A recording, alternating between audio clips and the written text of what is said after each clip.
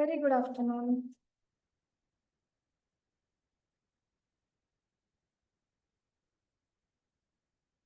ಎಲ್ರಿಗೂ ನಾನು ಮಾತಾಡ್ಸ್ತಾ ಇರೋದು ಕೇಳಿಸ್ತಾ ಇದೆಯಾ?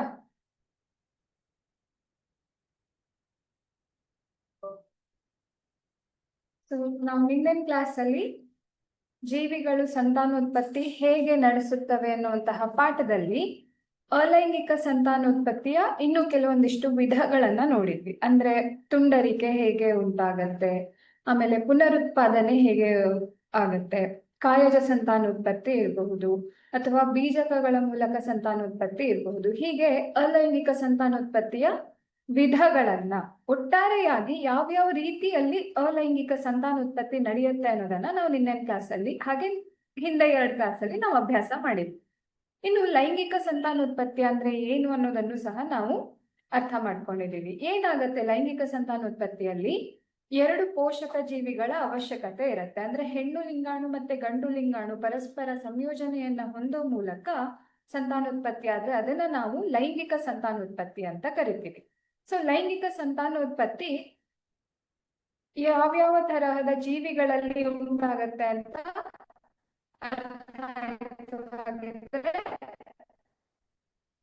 ಪೋಷಕ ಜೀವಿಗಳನ್ನು ಹೊಂದಿರುವಂತಹ ಅಂದ್ರೆ ಪೋಷಕ ಜೀವಿ ಹೆಣ್ಣು ಲಿಂಗಾಣು ಗಂಡು ಲಿಂಗಾಣು ಎರಡೂ ಹೊಂದಿದ್ರೆ ಅಂತಹ ಜೀವಿಗಳಲ್ಲಿ ನಾವು ಲೈಂಗಿಕ ಸಂತಾನೋತ್ಪತ್ತಿಯನ್ನ ನೋಡಬಹುದು. ಅವುಗಳ ಸಂಯೋಜನೆಯಿಂದ ಆಗುವಂತಹದ್ದು ಲೈಂಗಿಕ ಸಂತಾನೋತ್ಪತ್ತಿ.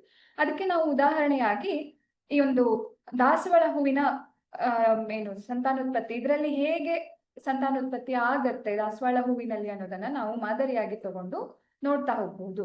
ಸೊ ಇದರಲ್ಲಿ ಈ ಶಲಾಕಾಗ್ರ, ಶಲಾಕ ನಳಿಕೆ ಮತ್ತೆ ಅಂಡಾಶಯ ಅಂತ ಏನಿದೆ ಇವೆಲ್ಲವನ್ನು ಸೇರಿ ಶಲಾಕೆ ಅಂತ ಕರಿತೀವಿ. ಹಾಗೆ ಈ ಭಾಗದಲ್ಲೇನೆ ಅಂದ್ರೆ ಅಂಡಾಶಯದ ಒಳಗಡೆಗೆ ಹೆಣ್ಣು ಲಿಂಗಾಣುಗಳು, ದಾಸವಾಳ ಹೂವಿನಲ್ಲಿ ಹೆಣ್ಣು ಲಿಂಗಾಣುಗಳು ಇರುವಂತಹ ಭಾಗ ಯಾವುದು ಅಂತ ಕೇಳಿದ್ರೆ ಅದು ಅಂಡಾಶಯ ಆಗಿರುತ್ತೆ.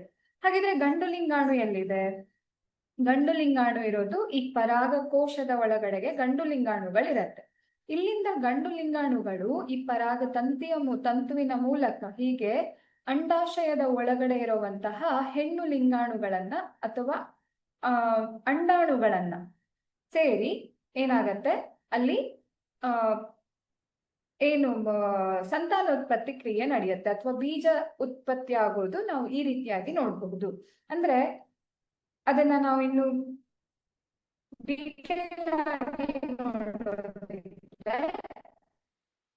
ಮತ್ತೆ ಶಲಾಕಗಳು, ಕೇಸರದಲ್ಲಿ ಗಂಡು ಲಿಂಗಾಣುಗಳಿರತ್ತೆ, ಶಲಾಕದಲ್ಲಿ ಹೆಣ್ಣು ಲಿಂಗಾಣುಗಳಿರತ್ತೆ. ಹೂವಿನ ಸಂತಾನೋತ್ಪತ್ತಿಯ ಭಾಗಗಳಾಗಿದೆ. ಅವು ಲಿಂಗಾಣುಗಳನ್ನ ಹೊಂದಿದೆ. ನಾನು ಇವಾಗಷ್ಟೇ ಹೇಳಿದೆ ಹೆಣ್ಣು ಲಿಂಗಾಣು ಎಲ್ಲಿರುತ್ತೆ, ಗಂಡು ಲಿಂಗಾಣು ಎಲ್ಲಿರುತ್ತೆ ಅಂತ, ಹೌದಾ? ಸೊ ಅವುಗಳು ಪರಸ್ಪರ ಸಂಯೋಜನೆಯನ್ನು ಹೊಂದೋ ಮೂಲಕ ಇಲ್ಲಿಂದ ಗಂಡು ಲಿಂಗಾಣು ಈ ಪರಾಗ ನಳಿಕೆಯ ಮೂಲಕ ಅಂಡಾಶಯವನ್ನ ಸೇರತ್ತೆ. ಇಲ್ಲಿ ಬಂದಾಗ ಅಲ್ಲಿ ಹೆಣ್ಣು ಲಿಂಗಾಣುವಿನ ಜೊತೆಗೆ ಅದು ಮಿಕ್ಸ್ ಆಗಿ ಬೀಜ ಉತ್ಪತ್ತಿ ಆಗತ್ತೆ. ಆ ಬೀಜವನ್ನ ನಾವು ಏನಂತ ಕರೀತೀವಿ? ಈಗ ಲೈಂಗಿಕ ಸಂತಾನೋತ್ಪತ್ತಿಯನ್ನ ನೋಡೋದಿದ್ರೆ ಹೂವು ಕೇವಲ ಕೇಸರಗಳನ್ನು ಅಥವಾ ಶಲಾಕಗಳನ್ನು ಹೊಂದಿದ್ದರೆ ಅದು ಏಕಲಿಂಗಿ ಸಸ್ಯವಾಗಿರುತ್ತೆ. ಅಂದ್ರೆ 2 ಲಿಂಗಾಣುವಿನಲ್ಲಿ ಯಾವುದೇ ಒಂದು ಲಿಂಗಾಣುವನ್ನ ಮಾತ್ರ ಹೊಂದಿದ್ರೆ ಅದು ಏಕಲಿಂಗಿ ಸಸ್ಯ ಆಗತ್ತೆ. ಆಯ್ತಾ? ಈಗ ನಾನು ಗಂಡು ಲಿಂಗಾಣು, ಹೆಣ್ಣು ಲಿಂಗಾಣು, ಕೇಸರ ಅಥವಾ ಶಲಾಕ, ಹೌದಾ? ಸೊ ಅದ್ 2ರಲ್ಲಿ ಯಾವ್ದಾದ್ರು ಒಂದು ಮಾತ್ರ ಇದ್ರೆ ಅದನ್ನ ನಾವು ಏಕಲಿಂಗಿ ಸಸ್ಯ ಅಂತ ಕರಿತೀವಿ. ಅಂತಹ ಒಂದು ಹೂವು ಕೇಸರ ಮತ್ತು ಶಲಾಕಗಳೆರಡನ್ನೂ ಹೊಂದಿದ್ದರೆ ಅದನ್ನ ದ್ವಿಲಿಂಗಿ ಸಸ್ಯ ಆಗಿರುತ್ತೆ. ಉದಾಹರಣೆಗೆ ದಾಸವಾಳ ಇರಬಹುದು ಅಥವಾ ಸಾಸಿವೆ ಗಿಡ ಇರಬಹುದು. ಅದರಲ್ಲಿ ಒಂದೇ ಗಿಡದ ಒಳಗಡೆಗೆ ಒಂದೇ ಹೂವಿನಲ್ಲಿ ಗಂಡು ಲಿಂಗಾಣುವೂ ಇರತ್ತೆ, ಹೆಣ್ಣು ಲಿಂಗಾಣುವೂ ಇರತ್ತೆ. ಈಗ ನಾವಿಲ್ಲಿ ಉದಾಹರಣೆಯನ್ನ ನೋಡೋದಿದ್ರೆ ಈ ದಾಸವಾಳದ ಒಂದು ರಚನೆಯನ್ನ ನೋಡಿದ್ರೆ ಇಲ್ಲಿ ಗಂಡು ಲಿಂಗಾಣುವೂ ಇದೆ, ಹೆಣ್ಣು ಲಿಂಗಾಣುವೂ ಇದೆ, ಹೌದಾ? ಎರಡೂ ಒಂದೇ ಸಸ್ಯದಲ್ಲೇ ಇರೋದಕ್ಕೆ ಇದನ್ನ ನಾವು ದ್ವಿಲಿಂಗಿ ಅಂತ ಕರಿತೀವಿ. ಯಾವ್ದಾದ್ರು ಸಸ್ಯದಲ್ಲಿ ಯಾವ್ದಾದ್ರು ಒಂದು ಶಲಾಕ ಆದ್ರೂ ಆಗಿರಬಹುದು ಅಥವಾ ಕೇಸರ ಆದ್ರೂ ಆಗಿರಬಹುದು, 2ರಲ್ಲಿ ಯಾವ್ದಾದ್ರು ಒಂದು ಮಾತ್ರ ಇದ್ರೆ ಅಂತಹ ಸಸ್ಯವನ್ನ ನಾವು ಏಕಲಿಂಗಿ ಅಂತ ಕರಿತೀವಿ.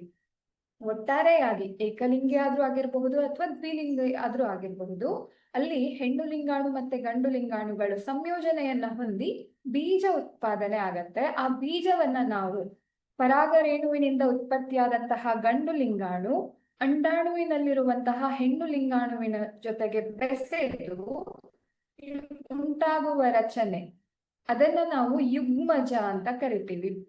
ಅಂದ್ರೆ ಹೆಣ್ಣು ಗಂಡು ಲಿಂಗಾಣುಗಳ ಸಂಯೋಜನೆಯಿಂದ ಉಂಟಾಗುವಂತಹ ಬೀಜವನ್ನ ನಾವು ಯುಗ್ಮಜ ಅಂತ ಕರಿತೀವಿ. ಈ ಯುಗ್ಮಜ ಹೊಸ ಸಸ್ಯವಾಗಿ ಬೆಳೆಯುವ ಸಾಮರ್ಥ್ಯವನ್ನ ಹೊಂದಿರುತ್ತೆ. ಅಂದ್ರೆ ನಾವಿವಾಗ ಯಾವುದೇ ಒಂದು ಗಿಡ ಬೆಳೆಸ್ಬೇಕು ಅಂತ ಅಂದ್ರೆ ಬೀಜವನ್ನ ನೆಲದೊಳಗಡೆಗೆ ಮಣ್ಣನ್ನ ಅಗದು ಅಲ್ಲಿ ಬೀಜವನ್ನ ಹಾಕಿ ಅದಕ್ಕೆ ನಾವು ಪೋಷಣೆಯನ್ನ ಕೊಡ್ತೀವಿ ಅಲ್ವಾ. ಆಗ ಅದು ಮೊಳಕೆ ಹೊಡೆದು ಸಸ್ಯ ಆಗತ್ತೆ. ಹೌದಾ? ಸೊ ಒಂದು ಬೀಜ ಹೊಸ ಸಸ್ಯವಾಗುವಂತಹ ಸಾಮರ್ಥ್ಯವನ್ನ ಹೊಂದಿರತ್ತೆ. ನಾವು ಯಾವುದೇ ಒಂದು ಬೀಜವನ್ನ, ಉದಾಹರಣೆಗೆ ಟೊಮೆಟೊ ಗಿಡ ಬೇಕು, ಟೊಮೆಟೊ ಬೀಜವನ್ನ ತಗೊಂಡು ಹಾಕ್ತಿವಿ ನೆಲದೊಳಗಡೆಗೆ ಅಲ್ವಾ. ಅಥವಾ ಬೇರೆ ಯಾವುದೇ ಒಂದು ನಮ್ಗೆ ತರಕಾರಿ ಬೇಕು ಅಥವಾ ಹಣ್ಣು ಬೇಕು ಅಂತ ಅಂದ್ರೆ ಅದರ ಬೀಜವನ್ನ ನಾವು ನೆಲದೊಳಗಡೆಗೆ ಹಾಕ್ತಿವಿ. ಸೊ ಆ ಬೀಜಕ್ಕೆ ಯಾಕೆ ಬೆಳೆದು ಒಂದು ಸಸ್ಯ ಆಗುವಂತಹ ಸಾಮರ್ಥ್ಯ ಇರತ್ತೆ ಅಂತ ಅಂದ್ರೆ ಆ ಬೀಜ ಉಂಟಾಗಿರೋದು ಹೆಣ್ಣು ಲಿಂಗಾಣು ಮತ್ತೆ ಗಂಡು ಲಿಂಗಾಣುವಿನ ಸಂಯೋಜನೆಯಿಂದ ಬೀಜ ಉಂಟಾಗಿರುತ್ತೆ. ಸೊ ಆ ಬೀಜ ಮುಂದೆ ಪೋಷಣೆಯನ್ನ ಪಡ್ಕೊಂಡಾಗ ಅದು ಬೆಳೆದು ಸಸ್ಯ ಆಗುವಂತಹ ಸಾಮರ್ಥ್ಯವನ್ನ ಹೊಂದಿರುತ್ತೆ. ನಾವಿಲ್ಲಿ ಬೀಜವನ್ನ ಏನಂತ ಅರ್ಥ ಮಾಡ್ಕೊಳ್ಬಹುದು, ಅದನ್ನ ಏನಂತ ಕರೆಯೋದು, ಯುಗ್ಮಜ. ಯುಗ್ಮಜ ಅಂತ ಕರೀತಾರೆ. ಸೊ ಈ ಯುಗ್ಮಜ ಹೊಸ ಸಸ್ಯವಾಗಿ ಬೆಳೆಯುವಂತಹ ಸಾಮರ್ಥ್ಯವನ್ನ ಹೊಂದಿರುತ್ತೆ.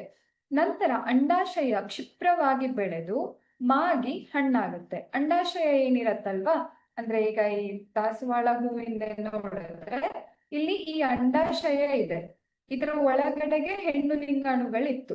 ಗಂಡು ಲಿಂಗಾಣು ಬಂದು ಸೇರಿದಾಗ ಇದರ ಒಳಗಡೆಗೆ ಇದ್ದಂತಹ ಇದರ ಒಳಗಡೆಗೆ ಯುಗ್ಮಜ ಬೆಳೆಯೋದಕ್ಕೆ ಸ್ಟಾರ್ಟ್ ಆಗುತ್ತೆ. ಅದು ಬೆಳೆದು ಒಂದು ಬೀಜ ಉಂಟಾದಾಗ ನಂತರದಲ್ಲಿ ಈ ಅಂಡಾಶಯ ತುಂಬಾ ಫಾಸ್ಟ್ ಆಗಿ ಬೆಳೆದು ಏನಾಗುತ್ತೆ, ಅದು ಮಾಗಿ ಹಣ್ಣಾಗೋದಿಕ್ಕೆ ಸ್ಟಾರ್ಟ್ ಆಗತ್ತೆ. ಅಂದ್ರೆ ಅದು ಬಾಡಿ ಹೋಗೋದಿಕ್ಕೆ ಸ್ಟಾರ್ಟ್ ಆಗತ್ತೆ ಅಂತ ನಾವು ಅರ್ಥ ಮಾಡ್ಕೊಳ್ಬಹುದು. ಈ ರೀತಿಯಾಗಿ ನಾವು ಹಣ್ಣನ್ನು ಸಹ ನೋಡೋದಿಕ್ಕೆ ಸಾಧ್ಯ. ಹಣ್ಣಿನ ಒಳಗಡೆಗೆ ನಾವು ಬೀಜವನ್ನ ನೋಡ್ತೀವಿ ಅಲ್ವಾ. ಸೊ ಆ ಬೀಜ, ಈಗ ನಾವು ನಿಮ್ಗೆ ಇಲ್ಲಿ ಕಲ್ಲಂಗಡಿ ಚಿತ್ರ ಕಾಣಿಸ್ತಾ ಇದೆ. ಕಲ್ಲಂಗಡಿ ನಮಗ್ ಬೇಕು ಅಂದ್ರೆ ಕಲ್ಲಂಗಡಿ ಬೀಜವನ್ನ ನಾವು ನೆಲದಲ್ಲಿ ಹಾಕಿರ್ತೀವಿ. ಆದ್ರೆ ಬೀಜ ಎಲ್ಲಿರುತ್ತೆ, ಹಣ್ಣಿನ ಒಳಗಡೆ ಬೀಜ ಇರುತ್ತೆ. ಹಣ್ಣು ಅಂತ ಅಂದ್ರೆ ನಾವೇನು ಹಣ್ಣು ಅಂತ ತಿಂತೀವಲ್ವಾ, ಅದು ಸಸ್ಯದ ಅಂಡಾಶಯ ಆಗಿದೆ. ಹೆಣ್ಣು ಮತ್ತೆ ಗಂಡು ಲಿಂಗಾಣುಗಳು ಅಂದ್ರೆ ಅಂಡಾಶಯ ಸಸ್ಯದ ಒಂದು ಭಾಗದಲ್ಲಿ ಇರುತ್ತೆ. ಆದ್ರೆ ಯಾವಾಗ ಅಲ್ಲಿ ಗಂಡು ಲಿಂಗಾಣು ಬಂದು ಹೆಣ್ಣು ಲಿಂಗಾಣುವನ್ನ ಸೇರಿ ಯುಗ್ಮಜ ಉಂಟಾಯ್ತು, ಅದರ ಸುತ್ತಲಿನ ಅಂಡಾಶಯ ಮಾಗಿ ಹಣ್ಣಾಗಿ ಬದಲಾಗತ್ತೆ. ಸೊ ಹೀಗೆ ನಾವು ಹಣ್ಣು ರೂಪುಗೊಳ್ಳೋದನ್ನ ನೋಡಬಹುದು. ನಂತರದಲ್ಲಿ ಇದು ಯುಗ್ಮಜದ ಉಂಟಾಗುವಿಕೆ ಹೇಗಾಯ್ತು ಅನ್ನೋದು. ಇನ್ನು ಹೇಗೆ ನಾವು ಈ ಗಂಡು ಲಿಂಗಾಣು ಬಂದು ಹೆಣ್ಣು ಲಿಂಗಾಣುವನ್ನ ಯಾವ ರೀತಿಯಾಗಿ ಸೇರತ್ತೆ ಅನ್ನೋದಕ್ಕೆ 2 ವಿಧವನ್ನ ನಾವು ನೋಡಬಹುದು. ಒಂದು ಸ್ವಕೀಯ ಪರಾಗಸ್ಪರ್ಶ ಕ್ರಿಯೆ, ಇನ್ನೊಂದು ಪರಕೀಯ ಪರಾಗಸ್ಪರ್ಶ ಕ್ರಿಯೆ. ಸ್ವಕೀಯ ಪರಕೀಯ ಅಂದ್ರೆ ಏನು ಅರ್ಥ? ಸ್ವಕೀಯ ಪರಾಗಸ್ಪರ್ಶ ಕ್ರಿಯೆಯಲ್ಲಿ ಏನಾಗುತ್ತೆ, ಅದೇ ಹೂವಿನ ಕೇಸರ ಪರಾಗವು ಅದೇ ಹೂವಿನ ಶಲಾಕಾಗ್ರಕ್ಕೆ ವರ್ಗಾವಣೆ ಆದ್ರೆ ಅದನ್ನ ಆ ಮೂಲಕ ಪರಾಗಸ್ಪರ್ಶ ನಡೆದ್ರೆ. ಪರಾಗಸ್ಪರ್ಶ ಅಂದ್ರೆ ಏನು? ಗಂಡು ಲಿಂಗಾಣು ಬಂದು ಹೆಣ್ಣು ಲಿಂಗಾಣುವನ್ನ ಸೇರೋದು. ಪರಾಗ ರೇಣುವಿನಿಂದ ಗಂಡು ಲಿಂಗಾಣು ಬಂದು ಅಂಡಾಶಯದ ಒಳಗಡೆ ಇರುವಂತಹ ಹೆಣ್ಣು ಲಿಂಗಾಣುವನ್ನ ಸೇರುವಂತಹ ಪ್ರಕ್ರಿಯೆ ಪರಾಗಸ್ಪರ್ಶ ಕ್ರಿಯೆ ಆಗಿರುತ್ತೆ. ಆದ್ರೆ ಒಂದೇ ಹೂವಿನಲ್ಲಿರುವಂತಹ ಗಂಡು ಲಿಂಗಾಣು ಅದೇ ಹೂವಿನಲ್ಲಿರುವಂತಹ ಹೆಣ್ಣು ಲಿಂಗಾಣುವನ್ನ ಬಂದು ಸೇರಿದ್ರೆ ಅದು ಸ್ವಕೀಯ ಪರಾಗಸ್ಪರ್ಶ ಕ್ರಿಯೆ ಆಗತ್ತೆ. ಸೊ ನಿಮ್ಗೆ ಇಲ್ಲಿ ಚಿತ್ರದಲ್ಲಿ ಕಾಣಿಸ್ತಾ ಇರಬಹುದು, ಇಲ್ಲಿರೋದು ಕೇಸರ ಅಲ್ವಾ. ಈ ಕೇಸರ, ಇಲ್ಲಿ ಅಂಡಾಶಯ ಇದೆ, ಅಂಡಾಶಯದ ಒಳಗಡೆಗೆ ಏನಿರುತ್ತೆ, ಹೆಣ್ಣು ಲಿಂಗಾಣುಗಳಿರುತ್ತೆ. ಸೊ ಈ ಕೇಸರ ಏನಾದ್ರೂ ಈ ಅಂಡಾಶಯದ ಒಳಗಡೆ ಇರುವಂತಹ ಹೆಣ್ಣು ಲಿಂಗಾಣುವನ್ನ ಅದರ ಜೊತೆಗೆ ಬೆಸೆದು ಬೀಜ ಅಥವಾ ಯುಗ್ಮಜದ ಉತ್ಪತ್ತಿ ಆದ್ರೆ ಅದನ್ನ ನಾವು ಸ್ವಕೀಯ ಪರಾಗಸ್ಪರ್ಶ ಅಂತ ಕರಿತೀವಿ.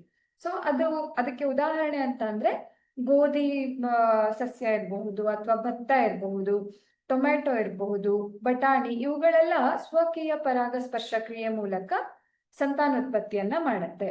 ಹೇಗೆ ಸಾಧ್ಯ ಇಲ್ಲಿ ಅಂದ್ರೆ ಕೇಸರ ಬಂದು ಶಲಾಕವನ್ನ ಸೇರೋದಕ್ಕೆ ಹೇಗ್ ಸಾಧ್ಯ? ಅದಕ್ಕೆ ನಡ್ಕೊಂಡ್ ಬಂದು ತಲುಪತ್ತಾ? ಕಾಲಿದ್ಯಾ ಅದಕ್ಕೆ? ಇಲ್ಲ ಅಲ್ವಾ? ಬಟ್ ಹೇಗೆ ಸಾಧ್ಯ? ಇಲ್ಲಿರುವಂತಹ ಕೇಸರ ಅಂಡಾಶಯದ ಒಳಗಡೆಗೆ ಇರುವಂತಹ ಅಂಡಾಣುವನ್ನ ಹೇಗೆ ಸೇರ್ಕೊಳ್ಳುತ್ತೆ ಅಂತ ಅಂದ್ರೆ ಇದಕ್ಕೆ ಮಾಧ್ಯಮಗಳ ಅವಶ್ಯಕತೆ ಇರತ್ತೆ. ಹೌದಾ? ಅದು ಸ್ವಕೀಯ ಆದ್ರೂ ಆಗಿರಬಹುದು, ಪರಕೀಯ ಆದ್ರೂ ಆಗಿರಬಹುದು. ಬಟ್ ಇಲ್ಲಿ ಸ್ವಕೀಯದಲ್ಲಿ ಏನಾಗಿರತ್ತೆ, ಇಲ್ಲಿ ಪರಾಗನಾಳದ ಮೂಲಕ ಏನ್ ಮಾಡುತ್ತೆ, ಅದು ಕೇಸರ ಅಂದ್ರೆ ಗಂಡು ಲಿಂಗಾಣು ಹೆಣ್ಣು ಲಿಂಗಾಣುವನ್ನ ಸೇರುತ್ತೆ. ಇದು ಪರಾಗನಾಳ ಇರೋದ್ರಿಂದ ಆಯ್ತು. ಹೌದಾ? ಆದ್ರೆ ಪರಕೀಯ ಅಂತ ಅಂದ್ರೆ ಏನು, ಅದರಲ್ಲಿ ಹೇಗೆ ಆಗತ್ತೆ ಅನ್ನೋದನ್ನ ನೋಡೋಣ. ಪರಕೀಯ ಪರಾಗಸ್ಪರ್ಶ ಕ್ರಿಯೆ ಅಂತ ಅಂದ್ರೆ ಎರಡು ಹೂವಿನಲ್ಲಿ ಇರುವಂತಹ ಗಂಡು ಮತ್ತೆ ಹೆಣ್ಣು ಲಿಂಗಾಣುಗಳು ಬೆರೆತು ಉಂಟಾಗುವಂತಹ ಸಂತಾನೋತ್ಪತ್ತಿಯನ್ನ ನಾವು ಪರಕೀಯ ಪರಾಗಸ್ಪರ್ಶ ಅಂತ ಕರಿತೀವಿ. ಅಂದ್ರೆ ಒಂದು ಹೂವಿನಲ್ಲಿರುವಂತಹ ಕೇಸರ ಇನ್ನೊಂದು ಹೂವಿನ ಅಂಡಾಶಯವನ್ನ ಸೇರಿದ್ರೆ, ಶಲಾಕವನ್ನ ಸೇರಿದ್ರೆ ಅಂತಹ ಸಂತಾನೋತ್ಪತ್ತಿ ಪ್ರಕ್ರಿಯೆಯನ್ನ ಅಥವಾ ಪರಾಗಸ್ಪರ್ಶ ಕ್ರಿಯೆಯನ್ನ ನಾವು ಪರಕೀಯ ಪರಾಗಸ್ಪರ್ಶ ಕ್ರಿಯೆ ಅಂತ ಕರಿತೀವಿ.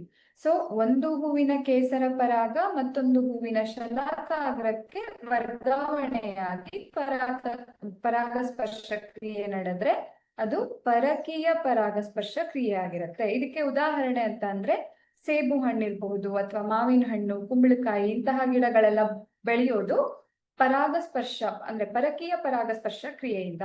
ಇದಕ್ಕೆ ಮಾಧ್ಯಮದ ಅತ್ಯಂತ ಅವಶ್ಯಕತೆ ಇದ್ದೇ ಇರತ್ತೆ. ನಾನು ಆಗ್ಲೇ ಹೇಳ್ದೆ, ಸ್ವಕೀಯ ಆದ್ರೂ ಆಗಿರ್ಬಹುದು ಅಥವಾ ಪರಕೀಯ ಆದ್ರೂ ಆಗಿರ್ಬಹುದು. ಅದು ಚಲಿಸೋದಕ್ಕೆ ಅಂದ್ರೆ ಕೇಸರ ಬಂದು ಅಂಡಾಣುವನ್ನ ತಲುಪೋದಿಕ್ಕೆ ಅದಕ್ಕೊಂದು ಕೈಕಾಲು ಅಂತೂ ಇಲ್ಲ ನಡ್ಕೊಂಡ್ ಬರೋದಿಕ್ಕೆ. ಹೌದಾ? ಸೊ ಮಾಧ್ಯಮದ ಅವಶ್ಯಕತೆ ಇರುತ್ತೆ. ಸ್ವಕೀಯದಲ್ಲಿ ಆದ್ರೆ ಪರಾಗನಾಳದ ಸಂಪರ್ಕ ಇರುತ್ತೆ, ಹಾಗಾಗಿ ಕೇಸರಗಳು ದಾರಿ ಮಾಡ್ಕೊಂಡು ಬರುತ್ತೆ ಅಲ್ಲಿ. ಬಟ್ ಪರಕೀಯದಲ್ಲಿ ಇಲ್ಲೊಂದು ಹೂವಿರತ್ತೆ, ಇಲ್ಲೊಂದು ಹೂವಿರತ್ತೆ. ಸೊ ಇಲ್ಲಿಂದ ಇಲ್ಲಿಗೆ ಬರೋದು ಹೇಗೆ? ಕಷ್ಟ ಅಲ್ವಾ? ಆದ್ರೂ ಸಹ ಇಲ್ಲಿ ಪರಾಗಸ್ಪರ್ಶ ಕ್ರಿಯೆ ನಡೆಯುತ್ತೆ. ಅದು ಹೇಗೆ ಅಂತ ಅಂದ್ರೆ ಗಾಳಿ ಮಾಧ್ಯಮ ಅಥವಾ ನೀರು, ಇಲ್ಲ ಅಂತ ಅಂದ್ರೆ ಪ್ರಾಣಿಗಳಂತಹ ಮಾಧ್ಯಮ. ಈಗ ನೀವು ಹೂವನ್ನು ನೋಡಿದ್ರೆ ದುಂಬಿಗಳು ಒಂದು ಹೂವಿನಿಂದ ಇನ್ನೊಂದು ಹೂವಿನ ಮೇಲೆ ಹೋಗಿ ಕುತ್ಕೊಳ್ಳೋದನ್ನ ಅಥವಾ ಚಿಟ್ಟೆಗಳು ಹೋಗಿ ಕುತ್ಕೊಳ್ಳೋದನ್ನ ನೋಡಿದಿರ ಅಲ್ವಾ? ಅವು ಹೋಗಿ ಮೇಲ್ಗಡೆ ಕುತ್ಕೊಂಡಾಗ ಈ ಕೇಸರ ಏನಿರುತ್ತೆ ಅವುಗಳ ಕಾಲಿಗೆ ಅಂಟ್ಕೊಳ್ಳುತ್ತೆ. ಅವು ಕಾಲಿಗೆ ಅಂಟ್ಕೊಂಡಿರೋದು ಅದು ಇನ್ನೊಂದು ಹೂವಿಗೆ ಹೋದಾಗ ಅಲ್ಲಿ ಆ ಕೇಸರಗಳು ಆ ಹೂವಿನ ಸಂಪರ್ಕಕ್ಕೆ ಬಂದು ಅಲ್ಲಿನ ಅಂಡಾಶಯವನ್ನ ಸೇರ್ಕೊಂಡು ಆ ರೀತಿಯಾಗಿ ಅಂದ್ರೆ ಪ್ರಾಣಿ ಮೂಲಕ ಅಂತ ಅಂದ್ರೆ ನಾವು ಪ್ರಾಣಿಯನ್ನ ಒಂದು ಮಾಧ್ಯಮವಾಗಿ ತಗೊಂಡ್ರೆ ಈ ದುಂಬಿ ಇರಬಹುದು ಅಥವಾ ಚಿಟ್ಟೆ ಇರಬಹುದು, ಅವುಗಳ ಕಾಲಿಗೆ ಅಂಟಿಕೊಂಡಂತಹ ಒಂದು ಹೂವಿನ ಮೇಲೆ ಹೋಗಿ ಕೂತಾಗ ಕಾಲಿಗೆ ಅಂಟ್ಕೊಂಡು ಇನ್ನೊಂದು ಹೂವಿನ ಮೇಲೆ ಬಂದು ಕೂತಾಗ ಆ ಕೇಸರ ಇಲ್ಲಿಗೆ ವರ್ಗಾವಣೆ ಆಯಿತು. ಈ ಮೂಲಕ ಏನಾಗತ್ತೆ, ಪರಾಗಸ್ಪರ್ಶ ಕ್ರಿಯೆ ನಡೆಯುತ್ತೆ. ನೇರವಾಗಿ ಕೇಸರ ಏನು ಇಲ್ಲಿಗೆ ಬರೋದಿಲ್ಲ. ಆದ್ರೆ ಮಾಧ್ಯಮದ ಮೂಲಕ, ದುಂಬಿಯ ಮೂಲಕ, ಚಿಟ್ಟೆಯ ಮೂಲಕ ಅದೇನಾಗತ್ತೆ, ಈ ಹೂವಿನಿಂದ ಈ ಹೂವಿಗೆ ವರ್ಗಾವಣೆ ಆಯಿತು. ಅದೇ ರೀತಿ ಗಾಳಿಯ ಮಾಧ್ಯಮದ ಮೂಲಕ, ಗಾಳಿ ಬಂದಾಗ ಗಾಳಿಯ ಸಂಪರ್ಕಕ್ಕೆ ಬಂದು ಕೇಸರಗಳು ಈ ಮತ್ತೊಂದು ಹೂವಿನ ಸಂಪರ್ಕಕ್ಕೂ ಬರೋ ಸಾಧ್ಯತೆಗಳಿರತ್ತೆ. ಅಥವಾ ನೀರು ಮಾಧ್ಯಮ, ಎರಡು ಹೂಗಳು ಎಲ್ಲೋ ಒಂದ್ ಕಡೆಗೆ ನೀರಿನ ಮೂಲಕ ಕೊಚ್ಕೊಂಡು ಹೋಗಿರತ್ತೆ. ಹೌದಾ? ಸೊ ಆ ನೀರಿನಲ್ಲಿ ಸೇರ್ಕೊಂಡಂತಹ ಕೇಸರ ಇನ್ನೊಂದು ಹೂವಿನ ಸಂಪರ್ಕಕ್ಕೆ ಬಂದಾಗ ಅದರಲ್ಲಿರುವಂತಹ ಅಂಡಾಶಯವನ್ನ ಸೇರಿ ಅಲ್ಲಿ ಸಂತಾನೋತ್ಪತ್ತಿ ಪ್ರಕ್ರಿಯೆ ಅಥವಾ ಪರಾಗಸ್ಪರ್ಶ ಕ್ರಿಯೆ ನಡೆಸುತ್ತೆ. ಈ ಮೂಲಕ ನಾವೇನಂತ ಅರ್ಥ ಮಾಡ್ಕೊಬಹುದು ಅಂದ್ರೆ ಪರಕೀಯ ಪರಾಗಸ್ಪರ್ಶ ಕ್ರಿಯೆಗೆ ಮಾಧ್ಯಮದ ಅತ್ಯಂತ ಅವಶ್ಯಕತೆ ಇದೆ. ಅದಕ್ಕೆ ಮಾಧ್ಯಮಗಳು ಯಾವ್ಯಾವ್ದಾಗಬಹುದು? ಗಾಳಿ ಆದ್ರೂ ಆಗಬಹುದು, ನೀರು ಆಗಬಹುದು, ಅಥವಾ ದುಂಬಿ, ಚಿಟ್ಟೆಯಂತಹ ಪ್ರಾಣಿಗಳ ಮಾಧ್ಯಮದ ಮೂಲಕ ಪರಾಗಸ್ಪರ್ಶ ಕ್ರಿಯೆ ನಡೆಯುತ್ತೆ. ಒಟ್ಟಾರೆಯಾಗಿ ಇಲ್ಲಿ ಆಗೋದೇನು ಅಂತ ಅಂದ್ರೆ ಪರಾಗಸ್ಪರ್ಶ ಕ್ರಿಯೆ ಅಂತಂದ್ರೇನೆ ಇಲ್ಲಿ ಹೆಣ್ಣು ಲಿಂಗಾಣು ಮತ್ತೆ ಗಂಡು ಲಿಂಗಾಣು, ಹೂವಿನಲ್ಲಿರುವಂತಹ ಹೆಣ್ಣು ಲಿಂಗಾಣು ಮತ್ತೆ ಗಂಡು ಲಿಂಗಾಣು ಪರಸ್ಪರ ಸಂಯೋಗವನ್ನ ಹೊಂದಿ ಯುಗ್ಮಜಗಳ ಉತ್ಪತ್ತಿ ಆಗತ್ತೆ. ಯುಗ್ಮಜಗಳ ಉತ್ಪತ್ತಿ ಆದ ನಂತರ ಆ ಯುಗ್ಮಜ ಏನಾಗತ್ತೆ, ಮೊಳಕೆಯೊಡೆದು ಬೆಳೆಯೋ ಮೂಲಕ ಇನ್ನೊಂದು ಹೊಸ ಸಸ್ಯ ಹುಟ್ಕೊಳ್ಳುತ್ತೆ. ಆ ಯುಗ್ಮಜದ ಸುತ್ತ ಇರುವಂತಹ ಅಂಡಾಶಯ ಪಕ್ವವಾಗಿ ಹಣ್ಣಾಗೋದಿಕ್ಕೆ ಸ್ಟಾರ್ಟ್ ಆಗತ್ತೆ. ಹಾಗಾಗಿ ನಮ್ಗೆ ಗಿಡ ಬೆಳೆದು ಸ್ವಲ್ಪ ದಿನ ಆದ ನಂತರ ಕಾಯಿ ಉಂಟಾಗತ್ತೆ. ಕಾಯಿ ಆದ್ಮೇಲೆ ಹಣ್ಣಾಗೋದನ್ನ ನಾವು ನೋಡ್ತೀವಿ. ಆ ಹಣ್ಣಿನ ಒಳಗಡೆಗೆ ಬೀಜಗಳಿರತ್ತೆ ಅಲ್ವಾ? ಸೊ ಬೀಜ, ಹಣ್ಣು ಇದೆಲ್ಲದನ್ನು ನೀವು ನೋಡೇ ಇರ್ತೀರಾ.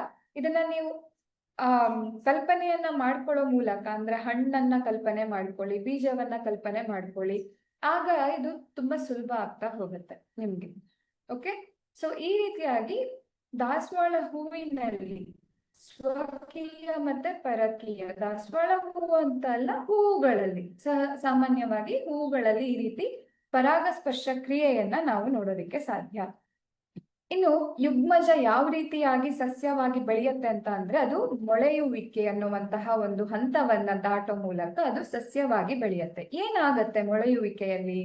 ಇಲ್ಲಿ ಬೀಜವನ್ನ ಅಥವಾ ಯುಗ್ಮಜ ಏನಿದೆಯಲ್ಲ ಅದನ್ನ ಭವಿಷ್ಯದ ಸಸ್ಯ ಅಂತ ಕರೀತಾರೆ. ಯಾಕೆ ಅಂತ ಅಂದ್ರೆ, ಆ ಬೀಜವನ್ನ ನಾನ್ ನಿನ್ನೆ ಹೇಳ್ದ ಹಾಗೆ ನಿಮ್ಮಲ್ಲಿ ಎಷ್ಟೋ ಜನ ರೈತರ ಮಕ್ಳು ಇರ್ತೀರಾ, ನೀವ್ ಇದನ್ನ ಪ್ರಾಯೋಗಿಕವಾಗಿ ಮಾಡಿರ್ತೀರಾ ಅಲ್ವಾ? ಅಂದ್ರೆ ಸಸ್ಯವನ್ನ ಬೆಳೆಸೋ ಕೆಲಸವನ್ನ ನೀವು ಮಾಡಿರ್ತೀರಾ, ಮನೆಯಲ್ಲಿ ಗಿಡ ಬೆಳೆಸೋದು, ಮರ ಆಗಿರತ್ತೆ, ಅದನ್ನೆಲ್ಲ ನೀವು ನೋಡಿರ್ತೀರಾ, ಅಥವಾ ನೀವೇ ಒಂದು ಬೀಜವನ್ನ ಹೊಲದಲ್ಲಿ ಉತ್ತು ಬಿತ್ತು ಮಾಡಿರ್ತೀರಾ ಅಲ್ವಾ?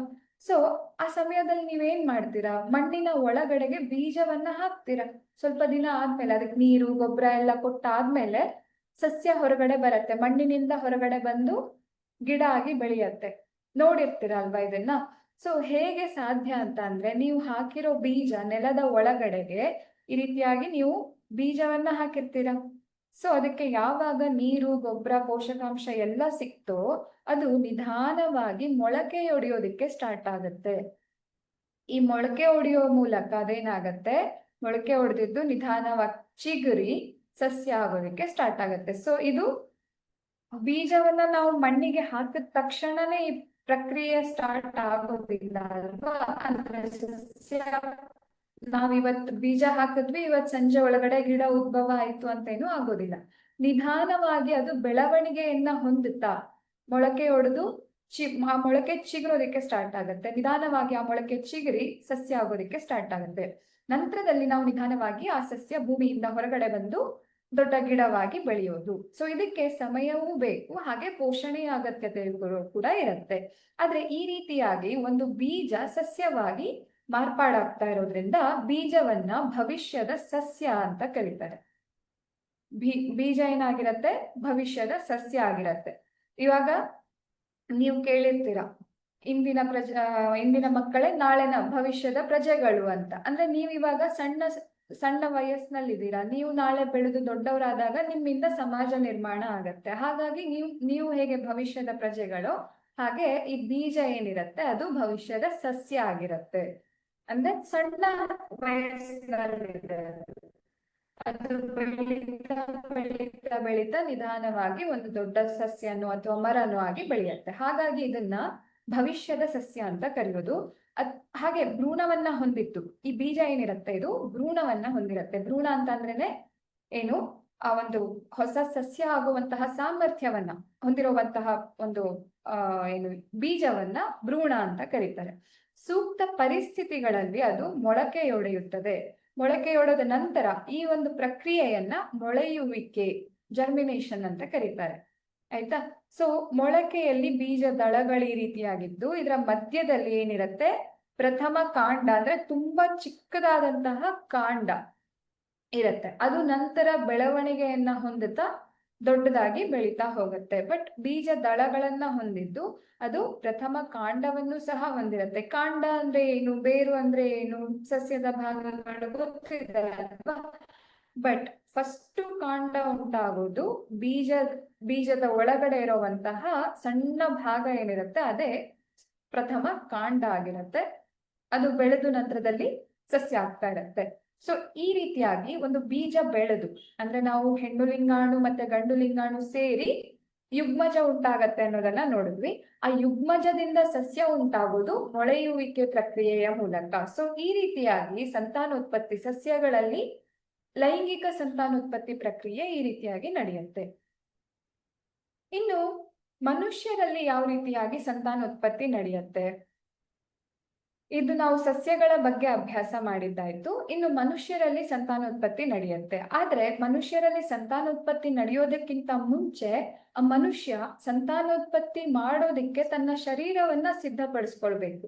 ಅದಕ್ಕೆ ಹಲವಾರು ಬದಲಾವಣೆಗಳನ್ನ ಹೊಂದುತ್ತಾ ಹೋಗ್ತಾನೆ ಪ್ರತಿಯೊಂದು ಮನುಷ್ಯನಲ್ಲೂ. ಹೆಂಗಸರಲ್ಲೂ ಒಂದಿಷ್ಟು ಬದಲಾವಣೆ ಆಗತ್ತೆ, ಹಾಗೆ ಗಂಡು ಮಕ್ಕಳಲ್ಲೂ ಸಹ ಬದಲಾವಣೆ ಆಗತ್ತೆ. ಆ ಬದಲಾವಣೆಗೆ ಕಾರಣ ಏನು ಅಂತ ಅಂದ್ರೆ ಶರೀರ, ಪ್ರತಿಯೊಂದು ಮನುಷ್ಯರ ಶರೀರವೂ ಸಹ ಸಂತಾನೋತ್ಪತ್ತಿ ಮಾಡೋದಕ್ಕೆ ತಮ್ಮ ಶರೀರವನ್ನು ಹಾಗಾಗಿ ನಮ್ಮ ಶರೀರದಲ್ಲಿ ಸಾಕಷ್ಟು ಬದಲಾವಣೆಗಳನ್ನ ನಾವು ನೋಡ್ತಾ ಹೋಗಬಹುದು. ಆ ಒಂದು ವಯಸ್ಸನ್ನ ನಾವೇನಂತ ಕರಿತೀವಿ, ಹದಿಹರೆಯ ಅಂತ ಕರಿತೀವಿ. ಗಂಡು ಮಕ್ಕಳಲ್ಲಿ ಹದಿಹರೆಯದಲ್ಲಿ ಕೆಲವು ಬದಲಾವಣೆಗಳಾದ್ರೆ ಹೆಣ್ಣು ಮಕ್ಕಳಲ್ಲಿ ಕೆಲವೊಂದು ಬದಲಾವಣೆಗಳಾಗ್ತಾ ಹೋಗುತ್ತೆ. ಸೊ ಈ ಬದಲಾವಣೆಗೆ ಮುಖ್ಯ ಕಾರಣ ಅಂತ ಅಂದ್ರೆ ಅದೇನು ಬೇರೆ ಏನು ಕಾರಣ ಇಲ್ಲ, ಶರೀರವನ್ನ ಸಂತಾನೋತ್ಪತ್ತಿಗೆ ಯೋಗ್ಯವಾಗಿ ಬದಲಾವಣೆ ಮಾಡ್ಕೊಳ್ಳೋದಕ್ಕೋಸ್ಕರ ಏನಾಗತ್ತೆ, ಶರೀರವನ್ನಿಷ್ಟು ಚೇಂಜಸ್ ಅನ್ನ ಮಾಡ್ಕೊಳ್ತಾ ಹೋಗತ್ತೆ. ಆ ಮೂಲಕ ಅದು ಭವಿಷ್ಯದಲ್ಲಿ ಒಂದು ಹೊಸ ಜೀವಿಯನ್ನ ಸೃಷ್ಟಿ ಮಾಡೋದಿಕ್ಕೆ ಕಾರಣ ಆಗತ್ತೆ. ಹೌದಾ?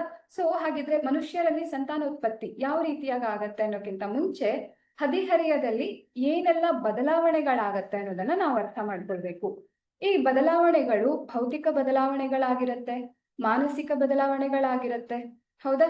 ಅಂದ್ರೆ ಒಂದು ಪ್ರೌಢಾವಸ್ಥೆಗೆ ಬಂದಾಗ, ಟೀನೇಜ್ ಅಂತ ಏನ್ ಕರಿತೀವಿ, ಆ ಹಂತದಲ್ಲಿ ಗಂಡು ಮಕ್ಕಳಲ್ಲಿ ಕೆಲವೊಂದಿಷ್ಟು ಬದಲಾವಣೆಗಳಾಗತ್ತೆ, ಹಾಗೆ ಹೆಣ್ಣು ಮಕ್ಕಳಲ್ಲಿ ಕೆಲವೊಂದಿಷ್ಟು ಬದಲಾವಣೆಗಳಾಗ್ತಾ ಹೋಗುತ್ತೆ.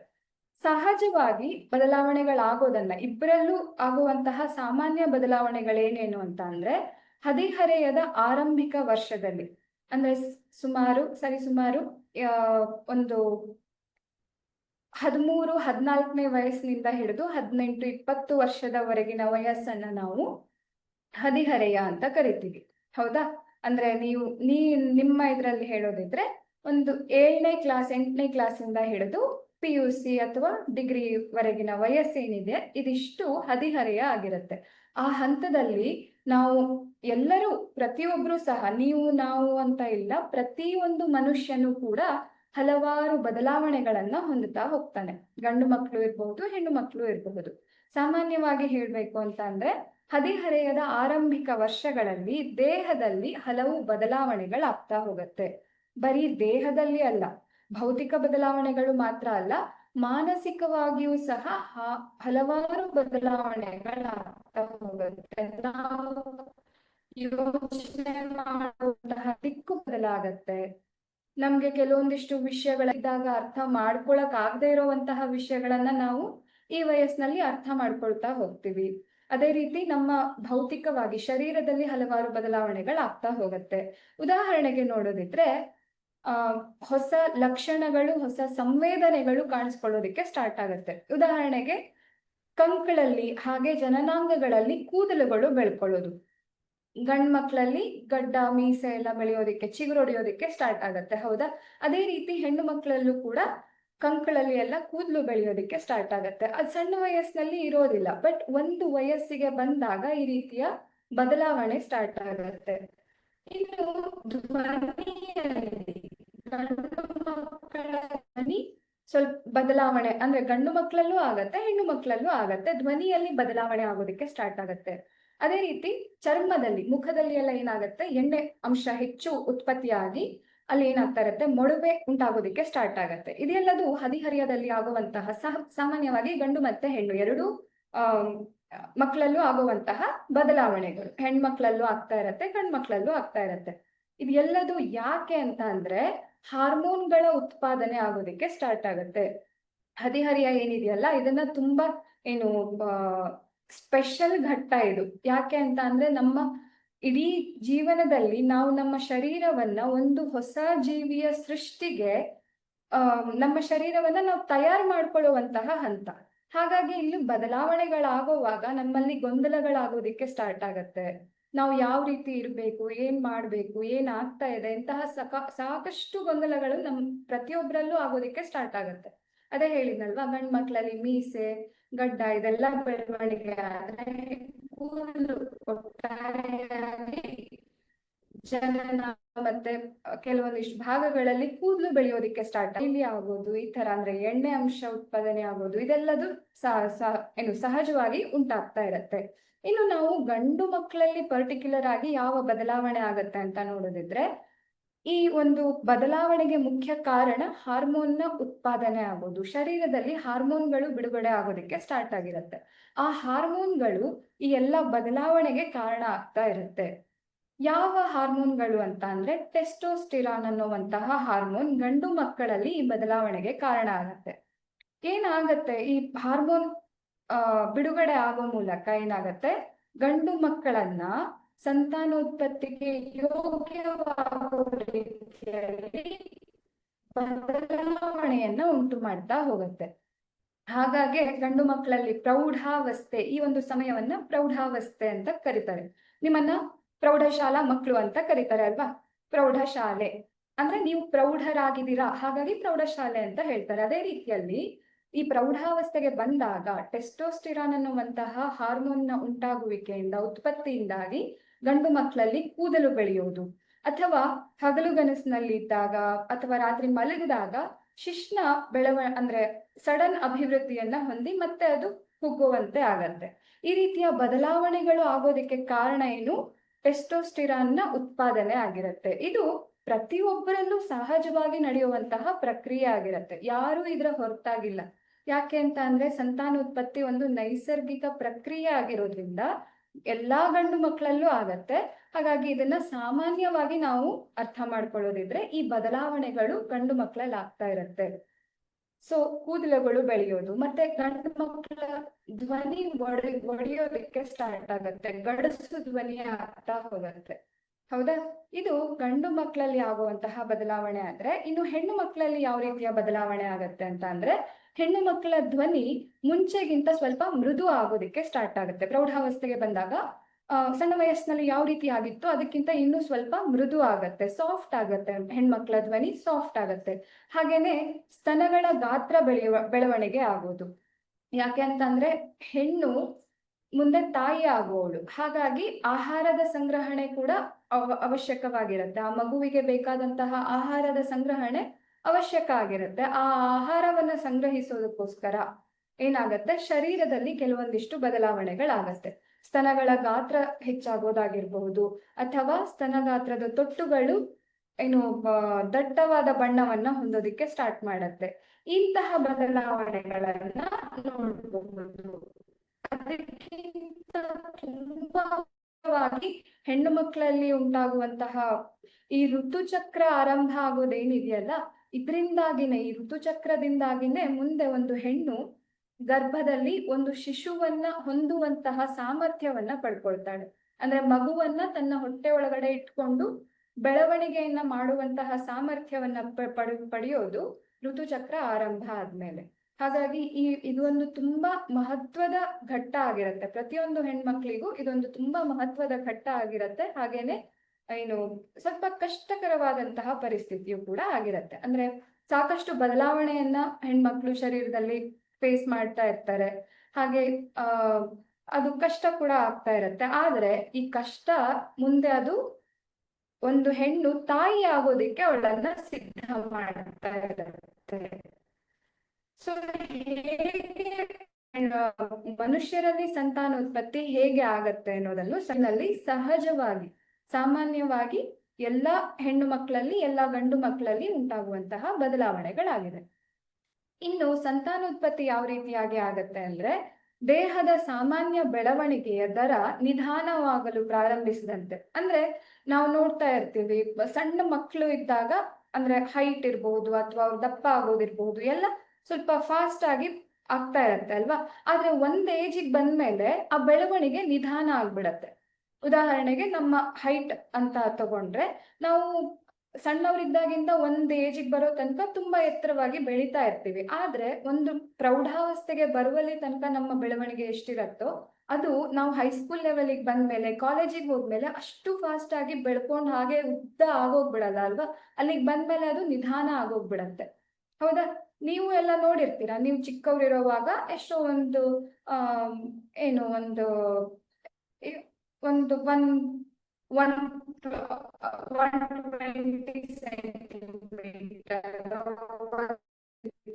ಸೆಂಟಿಮೀಟರ್ ಅಲ್ಲ ಸಾರಿ ಮೀಟರ್ ಅಲ್ಲೋ ಇದ್ರೆ ನಂತರ ನೀವು ಬೆಳವಣಿಗೆ ಹೊಂದಿ ಹೊಂದಿ ಹೊಂದಿ ಒಂದು ಲೆವೆಲ್ಗೆ ಬಂದಿರ್ತೀರ. ಅದಾದ್ಮೇಲೆ ಮತ್ತೆ ನೀವು ಮುಂದೆ ಬೆಳವಣಿಗೆಯನ್ನೇ ಹೊಂದೋದಿಲ್ಲ. ಒಂದ್ ಏಜ್ ಆದ್ಮೇಲೆ ಆ ಹೈಟ್ ಅಷ್ಟೇ ಇರುತ್ತೆ. ಅಥವಾ ದಪ್ಪ ಆಗೋದು ಅಂತ ತಗೊಂಡ್ರೆ ಒಂದು ಏಜ್ ಬಂದ್ಮೇಲೆ ದಪ್ಪ ಆಗೋದಿಲ್ಲ. ಈ ರೀತಿಯಾಗಿ ಏನಾಗುತ್ತೆ, ಒಂದು ಹಂತ ತಲುಪಿದಾಗ ಆ ಬದಲಾವಣೆ ನಿಧಾನ ಆಗೋದಿಕ್ಕೆ ಸ್ಟಾರ್ಟ್ ಆಗತ್ತೆ. ಮುಂದೆ ಬೆಳವಣಿಗೆಯನ್ನ ಕಡಿಮೆ ಪ್ರಮಾಣದಲ್ಲಿ ಹೊಂದ್ತೀವಿ. ಮುಂಚೆ ಕಂಪೇರ್ ಮಾಡಿದ್ರೆ ಆ ಏನು ಬದಲಾವಣೆ ಏನಿರುತ್ತೆ ಅಥವಾ ಬೆಳವಣಿಗೆ ಏನಿರುತ್ತೆ ಅದು ಕಡಿಮೆ ಆಗೋದಕ್ಕೆ ಸ್ಟಾರ್ಟ್ ಆಗಿರುತ್ತೆ. ಆ ವಯಸ್ಸನ್ನ ನಾವೇನಂತ ಕರಿತೀವಿ, ಪ್ರೌಢಾವಸ್ಥೆ ಅಂತ ಕರಿತೀವಿ. ಯಾವಾಗ ಬೆಳವಣಿಗೆ ನಿಧಾನ ಆಗತ್ತೋ ಆ ಒಂದು ಹಂತವನ್ನ ಆ ಹಂತದಲ್ಲೇನೆ ಈ ಎಲ್ಲಾ ಬದಲಾವಣೆಗಳು ಉಂಟಾಗೋದಿಕ್ಕೆ ಸ್ಟಾರ್ಟ್ ಆಗೋದು. ಬೆಳವಣಿಗೆ ಕಡಿಮೆ ಆಯ್ತು, ಹೊಸ ಬದಲಾವಣೆಗಳು ಸ್ಟಾರ್ಟ್ ಆಗಿರುತ್ತೆ ಶರೀರದಲ್ಲಿ. ಸೊ ಅದನ್ನ ಪ್ರೌಢಾವಸ್ಥೆ ಅಂತ ಹೇಳ್ತಾರೆ. ಸೊ ಈ ಪ್ರೌಢಾವಸ್ಥೆಗೆ ಬಂದಾಗ ನಾನು ಆಗ್ಲೇ ಹೇಳಿದೆ ನಿಮ್ಗೆ, ಯಾವಾಗ ಮನುಷ್ಯ ಪ್ರೌಢಾವಸ್ಥೆಯನ್ನ ತಲುಪ್ತಾನೋ ಅಲ್ಲಿ ಉಂಟಾಗುವಂತಹ ಪ್ರತಿಯೊಂದು ಬದಲಾವಣೆಗಳು ಅವನನ್ನ ಮುಂದೆ ಸಂತಾನೋತ್ಪತ್ತಿಗೆ ಯೋಗ್ಯವಾಗಿ ಬದಲು ಮಾಡ್ತಾ ಇರುತ್ತೆ. ಸೊ ಲೈಂಗಿಕ ಸಂತಾನೋತ್ಪತ್ತಿಯಲ್ಲಿ ಭಾಗವಹಿಸುವ ಲಿಂಗಾಣುಗಳನ್ನು ಉತ್ಪಾದಿಸುವುದು ಈ ಒಂದು ವಯಸ್ಸಿನಲ್ಲಿ ಸಂತಾನೋತ್ಪತ್ತಿಗೆ ಏನು ಅವಶ್ಯಕ ಲಿಂಗಾಣುವಿನ ಉತ್ಪಾದನೆ ಆಗೋದು ಈ ವಯಸ್ಸಿನಲ್ಲೇ ಆಗಿರುತ್ತೆ. ಅಂದ್ರೆ ಪ್ರೌಢಾವಸ್ಥೆಗೆ ಬಂದಾಗ ಏನಾಗತ್ತೆ, ಹೆಣ್ಣು ಮತ್ತೆ ಗಂಡು ಎರಡೂ ಜೀವಿಗಳು ಸಹ ಸಂತಾನೋತ್ಪತ್ತಿಗೆ ಅವಶ್ಯಕವಾದಂತಹ ಲಿಂಗಾಣುಗಳನ್ನ ಉತ್ಪತ್ತಿ ಮಾಡೋದಕ್ಕೆ ಸ್ಟಾರ್ಟ್ ಮಾಡ್ತಾರೆ. ಹಾಗಾಗಿ ಈ ಹದಿಹರಿಯವನ್ನ ತುಂಬಾ ಒಂದು ಇಂಪಾರ್ಟೆಂಟ್ ಹಂತ, ಪ್ರತಿಯೊಂದು ಮನುಷ್ಯರಲ್ಲೂ ತುಂಬಾ ಇಂಪಾರ್ಟೆಂಟ್ ಹಂತ ಅಂತ ಕರೆಯೋದು ಅದಕ್ಕೆ. ಸೊ ಹೇಗೆ ಲಿಂಗಾಣುಗಳ ಉತ್ಪತ್ತಿ ಆಗತ್ತೆ ಅಂತ ಅಂದ್ರೆ, ಲಿಂಗಾಣುಗಳು ಅಥವಾ ವೀರ್ಯಾಣುಗಳು, ಗಂಡು ಮಕ್ಕಳಲ್ಲಿ ಉಂಟಾಗುವಂತಹ ಲಿಂಗಾಣುವನ್ನ ವೀರ್ಯಾಣು ಅಂತ ಕರೀತಾರೆ. ಅಂದ್ರೆ ಇದು ಸಹ ಸಂತಾನೋತ್ಪತ್ತಿಗೆ ಅತ್ಯಂತ ಮುಖ್ಯವಾದಂತಹ ಅಂಶ ಆಗಿರತ್ತೆ ಅಲ್ವಾ. ಸೊ ಲಿಂಗಾಣುಗಳು ಅಥವಾ ವೀರ್ಯಾಣುಗಳು ವೃಷಣಗಳಲ್ಲಿ ಉತ್ಪತ್ತಿ ಆಗತ್ತೆ.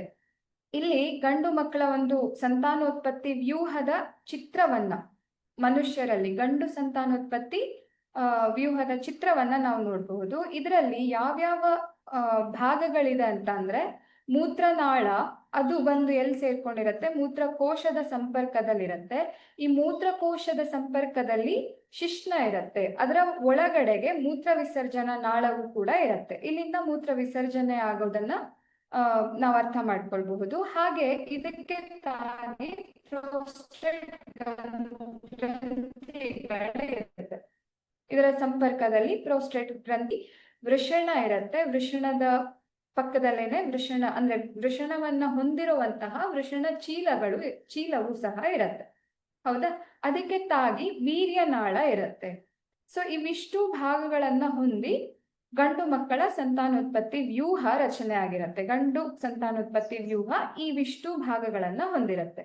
ಇದರಲ್ಲಿ ಲಿಂಗಾಣು ಅಥವಾ ವೀರ್ಯಾಣುಗಳು ವೃಷಣಗಳಲ್ಲಿ ಉತ್ಪತ್ತಿ ಆಗ್ತಾ ಇರತ್ತೆ. ಸೊ ವೃಷಣ ಇಲ್ಲಿದೆ, ಈ ಭಾಗವನ್ನ ವೃಷಣ ಅಂತ ಕರೀತಾರೆ ಅಲ್ವಾ. ವೃಷಣ ಚೀಲದ ಒಳಗಡೆಗೆ ವೃಷಣಗಳು ಇರುತ್ತೆ. ಹಾಗೆ ಈ ವೃಷಣದಲ್ಲಿ ವೀರ್ಯ ಅಥವಾ ವೀರ್ಯಾಣುಗಳು ಉಂಟಾಗೋದಿಕ್ಕೆ ಅಂದ್ರೆ ಅಲ್ಲಿ ಉಂಟಾಗ್ತಾ ಇರತ್ತೆ. ಸೊ ಇವುಗಳು ಕಿಬ್ಬೊಟ್ಟೆಯ ಹೊರಗೆ ವೃಷಣ ಚೀಲಗಳಲ್ಲಿ ಇದ್ದು ಅಲ್ಲಿ ವೀರ್ಯಾಣುಗಳ ಉತ್ಪಾದನೆ ದೇಹದ ಉಷ್ಣತೆಗಿಂತ ಕಡಿಮೆ ಉಷ್ಣತೆಯ ಅವಶ್ಯಕತೆ ಇರುತ್ತೆ. ಇದು ಯಾಕೆ ವೃಷಣ ಚೀಲದ ಒಳಗಡೆ ಇರತ್ತೆ ಅಂದ್ರೆ, ಮನುಷ್ಯನ ದೇಹದ ಉಷ್ಣತೆ ಎಷ್ಟಿದೆಯೋ ಅದಕ್ಕಿಂತ ಕಡಿಮೆ ಉಷ್ಣತೆಯ ಅವಶ್ಯಕತೆ ಇದಕ್ಕಿರತ್ತೆ. ಅಂದ್ರೆ ಕಡಿಮೆ ಉಷ್ಣಾಂಶ ಬೇಕಾಗಿರತ್ತೆ. ಹಾಗಾಗಿ ಇದು ಕಿಬ್ಬೊಟ್ಟೆಗಿಂತ ಕೆಳಗಡೆಗೆ ಅಂದ್ರೆ ಹೊಟ್ಟೆಗಿಂತ ಕೆಳಭಾಗದಲ್ಲಿ ವೃಷಣ ಚೀಲದ ಒಳಗಡೆಗೆ ಈ ವೃಷಣ ಇದ್ದು ಅದರ ಒಳಗಡೆಗೆ ಏನಾಗ್ತಾ ಇರತ್ತೆ, ಗಂಡು ಲಿಂಗಾಣು ಅಥವಾ ವೀರ್ಯಾಣುವಿನ ಉತ್ಪಾದನೆ ಆಗ್ತಾ ಇರತ್ತೆ. ಮೂತ್ರ ವಿಸರ್ಜನಾ ನಾಳವು ವೀರ್ಯಾಣು ಮತ್ತು ಮೂತ್ರಗಳೆರಡಕ್ಕೂ ಸಾಮಾನ್ಯ ಮಾರ್ಗ ಆಗಿರುತ್ತೆ. ಸೊ ಈ ಮೂತ್ರ ವಿಸರ್ಜನಾ ನಾಳ ಏನಿದೆಯಲ್ಲ, ಇಲ್ಲಿ ಪೈಪ್ ತರ ಕಾಣಿಸ್ತಾ ಇದೆ ಅಲ್ವಾ, ಈ ಪೈಪ್ ಏನಿದೆ ಇದು ಮೂತ್ರ, ನಮ್ಗೆ ಏನು ದೇಹದಲ್ಲಿ ಹೆಚ್ಚು ಅಂದ್ರೆ ಅನಗತ್ಯವಾದಂತಹ ಏನು ನೀರಿನ ಅಂಶ ಇರತ್ತೆ ಅದು, ಮತ್ತೆ ವೀರ್ಯ ಅಂದ್ರೆ ಗಂಡು ಲಿಂಗಾಣು, ಇದು ಎರಡೂ ಪಾಸ್ ಆಗೋದಿಕ್ಕೆ ಇದು ಸಾಮಾನ್ಯ ಮಾರ್ಗ ಆಗಿರತ್ತೆ. ಆಯ್ತಾ.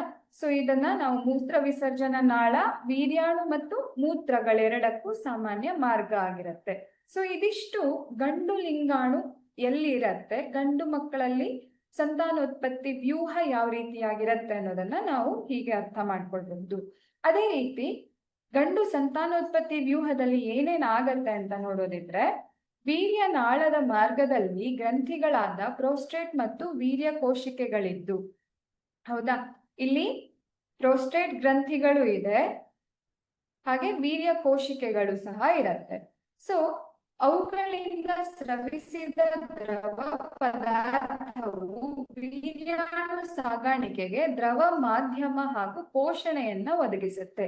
ಈ ವೀರ್ಯಾಣು ಅಂತ ಅಂದ್ರೆ ಅದು ಸಂತಾನೋತ್ಪತ್ತಿಯಲ್ಲಿ ಪಾಲ್ಗೊಳ್ಳುವಂತಹ ಅತ್ಯಮೂಲ್ಯ ಅಂಶ ಆಗಿದೆ ಅಲ್ವಾ. ಹಾಗಾಗಿ ಅದನ್ನ ಸುರಕ್ಷಿತವಾಗಿಡೋದು ಸಹ ಇಂಪಾರ್ಟೆಂಟ್ ಆಗಿರೋದ್ರಿಂದ ನಮ್ಮ ಶರೀರ ಏನ್ ಮಾಡುತ್ತೆ, ವೀರ್ಯ ನಾಳದ ಮಾರ್ಗದಲ್ಲಿ ಇರುವಂತಹ ಪ್ರೋಸ್ಟೇಟ್ ಮತ್ತು ವೀರ್ಯ ಕೋಶಿಕೆ ಏನ್ ಮಾಡುತ್ತೆ, ಒಂದು ದ್ರವವನ್ನ ಸ್ರವಿಸುತ್ತೆ, ದ್ರವವನ್ನ ಉಂಟು ಮಾಡುತ್ತೆ. ಆ ದ್ರವ ಪದಾರ್ಥದ ಒಳಗಡೆಗೆ ವೀರ್ಯಾಣುಗಳು ಇರುತ್ತೆ. ಹಾಗೆ ಆ ದ್ರವ ಪದಾರ್ಥ ವೀರ್ಯಾಣುಗಳು ಒಂದು ಭಾಗದಿಂದ ಇನ್ನೊಂದು ಭಾಗಕ್ಕೆ ಸಾಗೋದಿಕ್ಕೆ ಸಹಾಯವನ್ನ ಮಾಡುತ್ತೆ. ಸಾಗಾಣಿಕೆ ದ್ರವ ಮಾಧ್ಯಮದ ರೀತಿಯಲ್ಲಿ ಅದು ಕೆಲಸ ಮಾಡ್ತಾ ಇರತ್ತೆ. ಇಲ್ಲಿ ಪ್ರೋಸ್ಟೇಟ್ ಮತ್ತೆ ವೀರ್ಯ ಕೋಶಿಕೆಗಳಲ್ಲಿ ಉಂಟಾಗುವಂತಹ ದ್ರವ ಪದಾರ್ಥ ಹೊರಗಡೆಗೆ ಏನಿರತ್ತೆ, ವೀರ್ಯಾಣುಗಳು ಇರತ್ತೆ. ಹಾಗೆ ಈ ದ್ರವ ಮಾಧ್ಯಮ ಏನ್ ಮಾಡುತ್ತೆ, ಆ ವೀರ್ಯಾಣುಗಳು ಚಲಿಸೋದಿಕ್ಕೆ, ಸಾಗಾಣಿಕೆಗೆ ಅದು ಮಾಧ್ಯಮವನ್ನ ಒದಗಿಸೋದಲ್ಲದೆ ಅವುಗಳ ಪೋಷಣೆಯನ್ನು ಸಹ ಇವು ಮಾಡ್ತಾ ಇರತ್ತೆ, ಇಲ್ಲಿ ಉಂಟಾಗುವಂತಹ ದ್ರವ ಪದಾರ್ಥ. ಸೊ ವೀರ್ಯಾಣು ಯಾವ ರೀತಿಯಾಗಿರತ್ತೆ ಅಂತ ಅಂದ್ರೆ, ವೀರ್ಯಾಣುಗಳು ಅತ್ಯಂತ ಸಣ್ಣ ರಚನೆಗಳಾಗಿದ್ದು ಮುಖ್ಯವಾಗಿ ಅನುವಂಶೀಯ ವಸ್ತುವನ್ನ ಹೊಂದಿದೆ. ನಾವು ಈ ಪಾಠವನ್ನ ಆರಂಭ ಮಾಡಿದಾಗ್ಲೇನೆ ನೋಡಿದ್ವಿ, ತಂದೆ ತಾಯಿಯಿಂದ ಗುಣಲಕ್ಷಣಗಳು ಮಕ್ಕಳಿಗೆ ಬರೋದು ಅಂದ್ರೆ ಅಲ್ಲಿ ನಾವು DNA ವರ್ಗಾವಣೆ ಮೂಲಕ ಅಥವಾ DNA ಸ್ವಪ್ರತೀಕರಣ ಆಗಿ ನಂತರ ಅದೇನಾಗತ್ತೆ, ತಂದೆ ತಾಯಿಯಿಂದ ಮಕ್ಕಳಿಗೆ ವರ್ಗಾವಣೆ ಆಗಿದ್ದು ಸ್ವಪ್ರತೀಕರಣ ಆಗತ್ತೆ ಅನ್ನೋದನ್ನೆಲ್ಲ ನಾವು ನೋಡಿದ್ವಿ ಅಲ್ವಾ. ಸೊ ಆ DNA ತಂದೆ ತಾಯಿಯಿಂದ ಮಕ್ಕಳಿಗೆ ಹೇಗೆ ಬರತ್ತೆ ಅಂದ್ರೆ, ತಂದೆಯ ಶರೀರದಲ್ಲಿರುವಂತಹ ಸಂತಾನೋತ್ಪತ್ತಿ ವ್ಯೂಹದಲ್ಲಿ ವೀರ್ಯಾಣುಗಳಿರತ್ತಲ್ವಾ, ಆ ವೀರ್ಯಾಣುವಿನ ಒಳಗಡೆಗೆ ಈ ಅನುವಂಶೀಯ ವಸ್ತು ಇರತ್ತೆ, ಅಂದ್ರೆ DNA ಇರತ್ತೆ. ಇದ್ರ ಒಳಗಡೆಗೆ ಏನಿರತ್ತೆ, DNA. ಅನುವಂಶೀಯ ಅಂತ ಅಂದ್ರೆ ಒಂದು ತಲೆಮಾರಿಂದ ಇನ್ನೊಂದು ತಲೆಮಾರಿಗೆ ಗುಣಲಕ್ಷಣಗಳು ಪಾಸ್ ಆಗಿ ಬರೋದನ್ನ ಅನುವಂಶೀಯ ಅಂತ ಹೇಳ್ತಾರೆ. ಸೊ ಆ ಗುಣಲಕ್ಷಣಗಳನ್ನ ತಂದೆಯಿಂದ ಮಗುವಿಗೆ ಟ್ರಾನ್ಸ್ಫರ್ ಆಗೋದು ಹೇಗೆ ಅಂತ ನೋಡಿದ್ರೆ, ಈ ವೀರ್ಯಾಣು ಏನ್ ಮಾಡಿರತ್ತೆ, ಆ DNA ತನ್ನೊಳಗಡೆ ಇಟ್ಕೊಂಡು ಮಕ್ಕಳಿಗೆ ವರ್ಗಾವಣೆ ಆಗೋದಕ್ಕೆ ಸಹಾಯವನ್ನ ಮಾಡ್ತಾ ಇರತ್ತೆ. ಸೊ ಅಲ್ಲಿ ನಾವೇನಂತ ನೋಡ್ಬೋದು, ಅನುವಂಶೀಯ ವಸ್ತುವನ್ನ ಹೊಂದಿದ್ದು ಹೆಣ್ಣು ಲಿಂಗಾಣುವಿನ ಕಡೆ ಚಲಿಸಲು ಸಹಾಯ ಮಾಡುವ ಉದ್ದನೆಯ ಬಾಲವನ್ನ ಹೊಂದಿರತ್ತೆ. ಸೊ ಇದು ಗಂಡು ವೀರ್ಯಾಣುವಿನ ಚಿತ್ರ ಆದ್ರೆ, ಇದರಲ್ಲಿ ಇಲ್ಲಿ ಏನಿರತ್ತೆ, DNA ಅಂಶಗಳು ಇದ್ರ ಒಳಗಡೆಗಿದ್ದು ಇದು ಹೆಣ್ಣು ಲಿಂಗಾಣುವಿನ ಹತ್ರ ಚಲಿಸೋದಿಕ್ಕೆ ಈ ಬಾಲದ ರೀತಿಯ ರಚನೆ ಸಹಾಯವನ್ನ ಮಾಡ್ತಾ ಇರತ್ತೆ. ಸೊ ಇದನ್ನೇ ನಾವು ವೀರ್ಯಾಣು ಅಥವಾ ಸ್ಪರ್ಮ್ ಅಂತ ಏನ್ ಕರಿತೀವಲ್ವಾ, ಇದು ವೀರ್ಯಾಣು ಆಗಿರತ್ತೆ. ಆಯ್ತಾ. ಸೊ ಇದು ತಂದೆ ತಾಯಿಯಿಂದ ಅಂದ್ರೆ ವೀರ್ಯಾಣು ತಂದೆಯಿಂದ ಮಗುವಿಗೆ ಅನುವಂಶೀಯವಾಗಿ ಗುಣಲಕ್ಷಣಗಳು ವರ್ಗಾವಣೆ ಆಗೋದಿಕ್ಕೆ ಈ ವೀರ್ಯಾಣು ಕಾರಣ ಆಗ್ತಾ ಇರತ್ತೆ.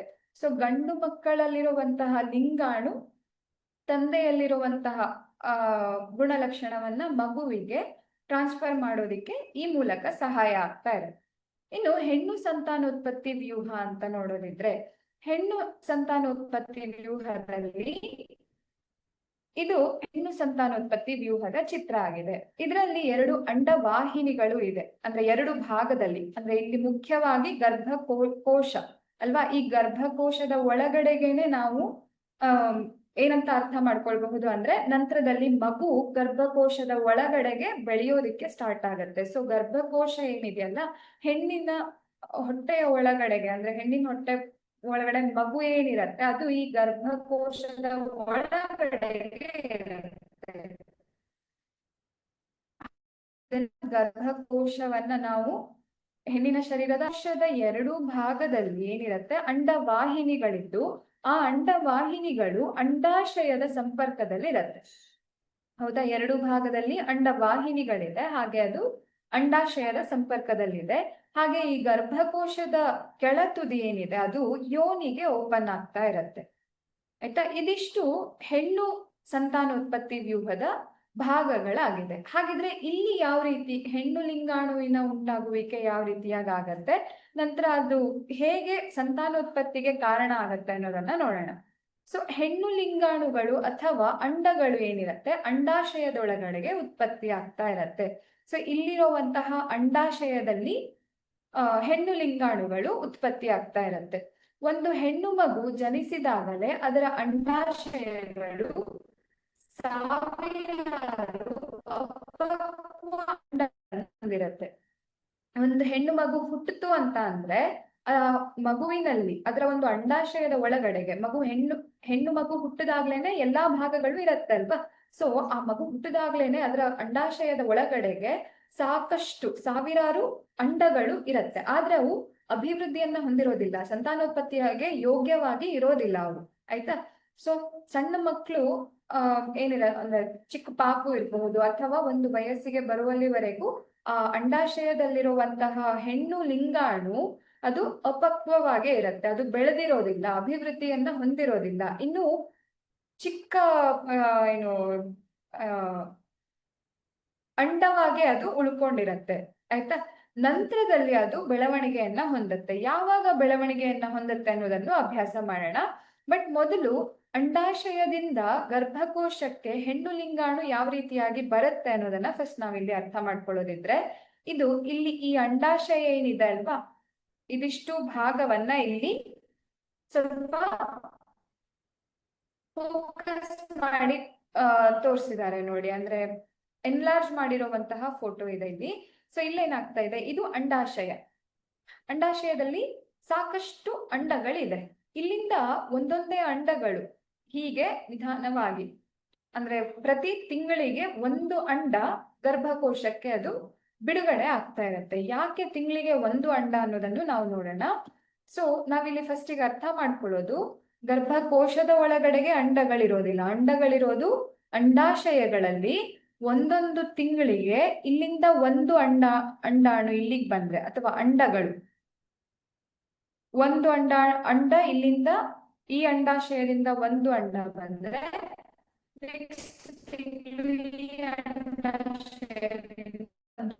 ಅಂಡ ಇಲ್ಲಿಗೆ ಬರುತ್ತೆ. ಇಲ್ಲಿ ಅಂಡಗಳು ಸ್ಟೋರ್ ಆಗಿರತ್ತೆ.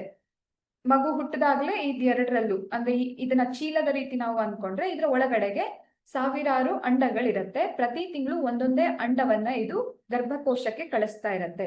ಸೊ ಈ ರೀತಿಯಾಗಿ ಅಂಡಗಳು ಉಂಟಾಗುವಿಕೆಯನ್ನ ನಾವು ನೋಡ್ಬಹುದು. ಆದ್ರೆ ಒಂದು ತಿಂಗಳಿಗೆ ಒಂದು ಅಂಡ ಮಾತ್ರ ಯಾಕೆ ಬರುತ್ತೆ ಅನ್ನೋದನ್ನು ನಾವು ನೋಡೋಣ. ಪ್ರೌಢಾವಸ್ಥೆಯನ್ನು ತಲುಪಿದಾಗ ಇವುಗಳಲ್ಲಿ ಕೆಲವು ಮಾತ್ರ ಪಕ್ವವಾಗಿ ಪ್ರತಿ ತಿಂಗಳು ಒಂದು ಅಂಡ ಬಿಡುಗಡೆಯಾಗತ್ತೆ. ಅಂಡವು ಅಂಡಾಶಯದಿಂದ ತೆಳುವಾದ ಅಂಡನಾಳ ಅಥವಾ ಫೆಲೋಪಿಯನ್ ಟ್ಯೂಬ್ ಅಂತ ಕರೀತಾರೆ. ಫೆಲೋಪಿಯನ್ ನಾಳದ ಮೂಲಕ ಗರ್ಭಕೋಶಕ್ಕೆ ಸಾಗಿಸಲ್ಪಡತ್ತೆ. ನಾವಿಲ್ಲಿ ಏನ್ ನೋಡ್ತಾ ಇದೀವಲ್ವಾ, ಈ ಅಂಡನಾಳ, ತೆಳುವಾದಂತಹ ಅಂಡನಾಳ ಏನಿದೆ ಇದಿಷ್ಟನ್ನು ಸೇರಿದಂತಹ ಅಂಡವಾಹಿನಿ ಅಲ್ವಾ. ಅಂಡಾಶಯ, ಅಂಡನಾಳ ಎಲ್ಲದು ಸೇರಿರುವಂತಹದ್ದು ಅಂಡವಾಹಕ. ಪ್ರತಿ ತಿಂಗಳು ಒಂದು ಅಂಡ ಗರ್ಭಕೋಶವನ್ನ ಸೇರ್ತಾ ಇರತ್ತೆ. ಓಕೆ. ಗರ್ಭಕೋಶವು ಗರ್ಭಕೋಶದ ಕಂಠದ ಮೂಲಕ ಯೋನಿಗೆ ತೆರೆದುಕೊಳ್ಳುತ್ತೆ. ಇಲ್ಲಿ ಗರ್ಭಕೋಶ ಏನಿದೆ ಇದು ಈ ಭಾಗ ಗರ್ಭಕೋಶ, ಇದು ಗರ್ಭಕೋಶ ಆಗಿದ್ದು ಇದು ಗರ್ಭ ನಾಳದ ಮೂಲಕ ಇಲ್ಲಿ ಯೋನಿಗೆ ಇದು ಓಪನ್ ಆಗ್ತಾ ಇರತ್ತೆ. ಈ ಭಾಗವನ್ನ ನಾವು ಯೋನಿ ಅಂತ ಕರೀತೀವಿ. ಇದು ಗರ್ಭಕೋಶ, ಅಂದ್ರೆ ಯೋನಿ ಮತ್ತೆ ಗರ್ಭಕೋಶ ಸಂಪರ್ಕದಲ್ಲಿರುತ್ತೆ. ಹಾಗೆ ಗರ್ಭಕೋಶ ಅಂಡಾಶಯ ಅಂಡನಾಳದ ಮೂಲಕ ಸಂಪರ್ಕದಲ್ಲಿರುತ್ತೆ. ಇವಿಷ್ಟನ್ನು ಸೇರಿರುವಂತಹ ಭಾಗವನ್ನ ನಾವು, ಅಂದ್ರೆ ಇಲ್ಲಿ ಅಂಡಾಶಯ, ಅಂಡನಾಳ ಮತ್ತೆ ಗರ್ಭ ಇವಿಷ್ಟನ್ನು ಹೊಂದಿರುವಂತಹ ಭಾಗ ಅಂಡವಾಹಿನಿ ಆಗಿರುತ್ತೆ. ಸೊ ಅಂಡ ಹೇಗೆ ಗರ್ಭದ ಒಳಗಡೆಗೆ ಪ್ರವೇಶವನ್ನ ಪಡ್ಕೊಳ್ಳುತ್ತೆ ಅನ್ನೋದು ನಮ್ಗೆ ಅರ್ಥ ಆಯ್ತು ಅಲ್ವಾ. ಸೊ ಇಲ್ಲೇನಾಗತ್ತೆ, ಲೈಂಗಿಕ ಸಂಪರ್ಕದ ಸಮಯದಲ್ಲಿ ಯೋನಿ ಮಾರ್ಗದ ಮೂಲಕ ವೀರ್ಯಾಣುಗಳು ಸಾಗಿ ಅಂಡವನ್ನ ಫಲಿತಗೊಳಿಸುತ್ತೆ. ಅಂದ್ರೆ ಇಲ್ಲಿ ಯೋನಿ ಇದೆ ಅಲ್ವಾ, ಈ ಯೋನಿಯ ಮೂಲಕ ಇಲ್ಲಿ ಗಂಡು ವೀರ್ಯಾಣು, ಅಂದ್ರೆ ಗಂಡು ಲಿಂಗಾಣು ವೀರ್ಯಾಣು ಇದರ ಮೂಲಕ ಬಂದು ಗರ್ಭಕೋಶದಲ್ಲಿ ಇಲ್ಲಿಂದ ಹೆಣ್ಣು ಲಿಂಗಾಣು ಬಂದು ಇಲ್ಲಿ ತಲುಪಿರುತ್ತೆ. ತಿಂಗಳಿಗೆ ಒಂದು ಲಿಂಗಾಣು, ಒಂದು ಅಂಡ ಬಂದು ಇಲ್ಲಿ ತಲುಪಿರುತ್ತೆ. ಸೊ ಇಲ್ಲಿಂದ ಗಂಡು ಲಿಂಗಾಣು ಹೀಗೆ ಇಲ್ಲಿ ಬಂದು ಈ ಹೆಣ್ಣು ಲಿಂಗಾಣುವನ್ನ ಫಲಿತವಾಗಿ ಮಾಡುತ್ತೆ, ಫಲಿತಗೊಳಿಸುತ್ತೆ. ಸೊ ಹಾಗೆ ಫಲಿತ ಆದಾಗ ಅಂದ್ರೆ ಅಲ್ಲಿ ಏನಾಯ್ತು ಫಲಿತಗೊಳಿಸೋದು ಅಂತಂದ್ರೆ ಹೆಣ್ಣು ಲಿಂಗಾಣು ಮತ್ತೆ ಗಂಡು ಲಿಂಗಾಣು ಪರಸ್ಪರ ಸಂಯೋಜನೆಯನ್ನ ಹೊಂದುತ್ತಾ ಇರತ್ತೆ. ಆ ಸಂಯೋಜನೆಯನ್ನೇ ನಾವು ನಿಷೇಚನ ಅಂತ ಕರೆಯೋದು. ಸೊ ಅಲ್ಲಿ ನಿಷೇಚನಗೊಂಡಂತಹ ಅಂದ್ರೆ ಹೆಣ್ಣು ಲಿಂಗಾಣು ಗಂಡು ಲಿಂಗಾಣು ಅಥವಾ ಅಂಡ ಮತ್ತೆ ವೀರ್ಯಾಣು ಪರಸ್ಪರ ಬೆರೆತಾಗ ಅಲ್ಲಿ ಏನಾಗತ್ತೆ, ಯುಗ್ಮಜ ಉಂಟಾಗತ್ತೆ. ನಾವು ಇದನ್ನ ದಾಸವಾಳದಲ್ಲಿ ಏನ್ ನೋಡಿದ್ವಿ ಅಲ್ವಾ, ಲಿಂಗಾಣುಗಳ ಪರಸ್ಪರ ಸಂಯೋಜನೆಯಿಂದ ಯುಗ್ಮಜ ಉಂಟಾಗೋದು, ಬೀಜ ಉಂಟಾಗೋದು. ಸೊ ಅಲ್ಲಿ ಬೀಜ ಉಂಟಾದ್ರೆ ಮನುಷ್ಯರಲ್ಲಿ ಏನಾಗತ್ತೆ, ಯುಗ್ಮಜ ಏನು ಉಂಟಾಗತ್ತಲ್ಲ ಅದು ಈ ಮಗು ಅಂದ್ರೆ ಮುಂದಿನ ಸಂತತಿ, ಹೌದಾ, ಮಗುವಿನ ಹುಟ್ಟುವಿಕೆ ಈ ರೀತಿಯಾಗಿ ಆಗ್ತಾ ಇರತ್ತೆ. ಸೊ ಯುಗ್ಮಜ ನಂತರದಲ್ಲಿ ವಿಭಜನೆಯನ್ನ ಹೊಂದೋದಿಕ್ಕೆ ಪ್ರಾರಂಭ ಆಗತ್ತೆ. ವಿಭಜನೆಯನ್ನ ಹೊಂದಿದ್ದು ಹೊಸ ಜೀವಕೋಶಗಳನ್ನ ಉಂಟು ಮಾಡಿ ಅಥವಾ ಅದು ಗೋಳ ಅಥವಾ ಭ್ರೂಣಾಂಕುರ ಅಂತ ಕರೀತಾರೆ. ಮತ್ತೆ ಜೀವಕೋಶಗಳ ಗೋಳವನ್ನ ನಾವೇನಂತ ಕರಿತೀವಿ, ಭ್ರೂಣಾಂಕುರ, ಅದನ್ನ ಉಂಟು ಮಾಡತ್ತೆ. ಯಾವುದು ಭ್ರೂಣಾಂಕುರವನ್ನ ಉಂಟು ಮಾಡತ್ತೆ, ಯುಗ್ಮಜ ಏನಿದೆ ಅದು ಭ್ರೂಣಾಂಕುರವನ್ನ ಉಂಟು ಮಾಡ್ತಾ ಇರತ್ತೆ. ಅಂದ್ರೆ ಹೊಟ್ಟೆಯ ಒಳಗಡೆಗೆ, ಗರ್ಭದ ಒಳಗಡೆಗೆ ಈ ಒಂದು ಹೆಣ್ಣು ಮತ್ತೆ ಗಂಡು, ಇದನ್ನ ನಾವು ಅಂಡ ಅಂತ ನೋಡಿದ್ರೆ ಈ ಚಿತ್ರದಲ್ಲಿ ನೀವು ಗಮನಿಸ್ತಾ ಇರಬಹುದು, ಇದು ಹೆಣ್ಣು ಲಿಂಗಾಣು ಅಥವಾ ಅಂಡ ಆಗಿರತ್ತೆ.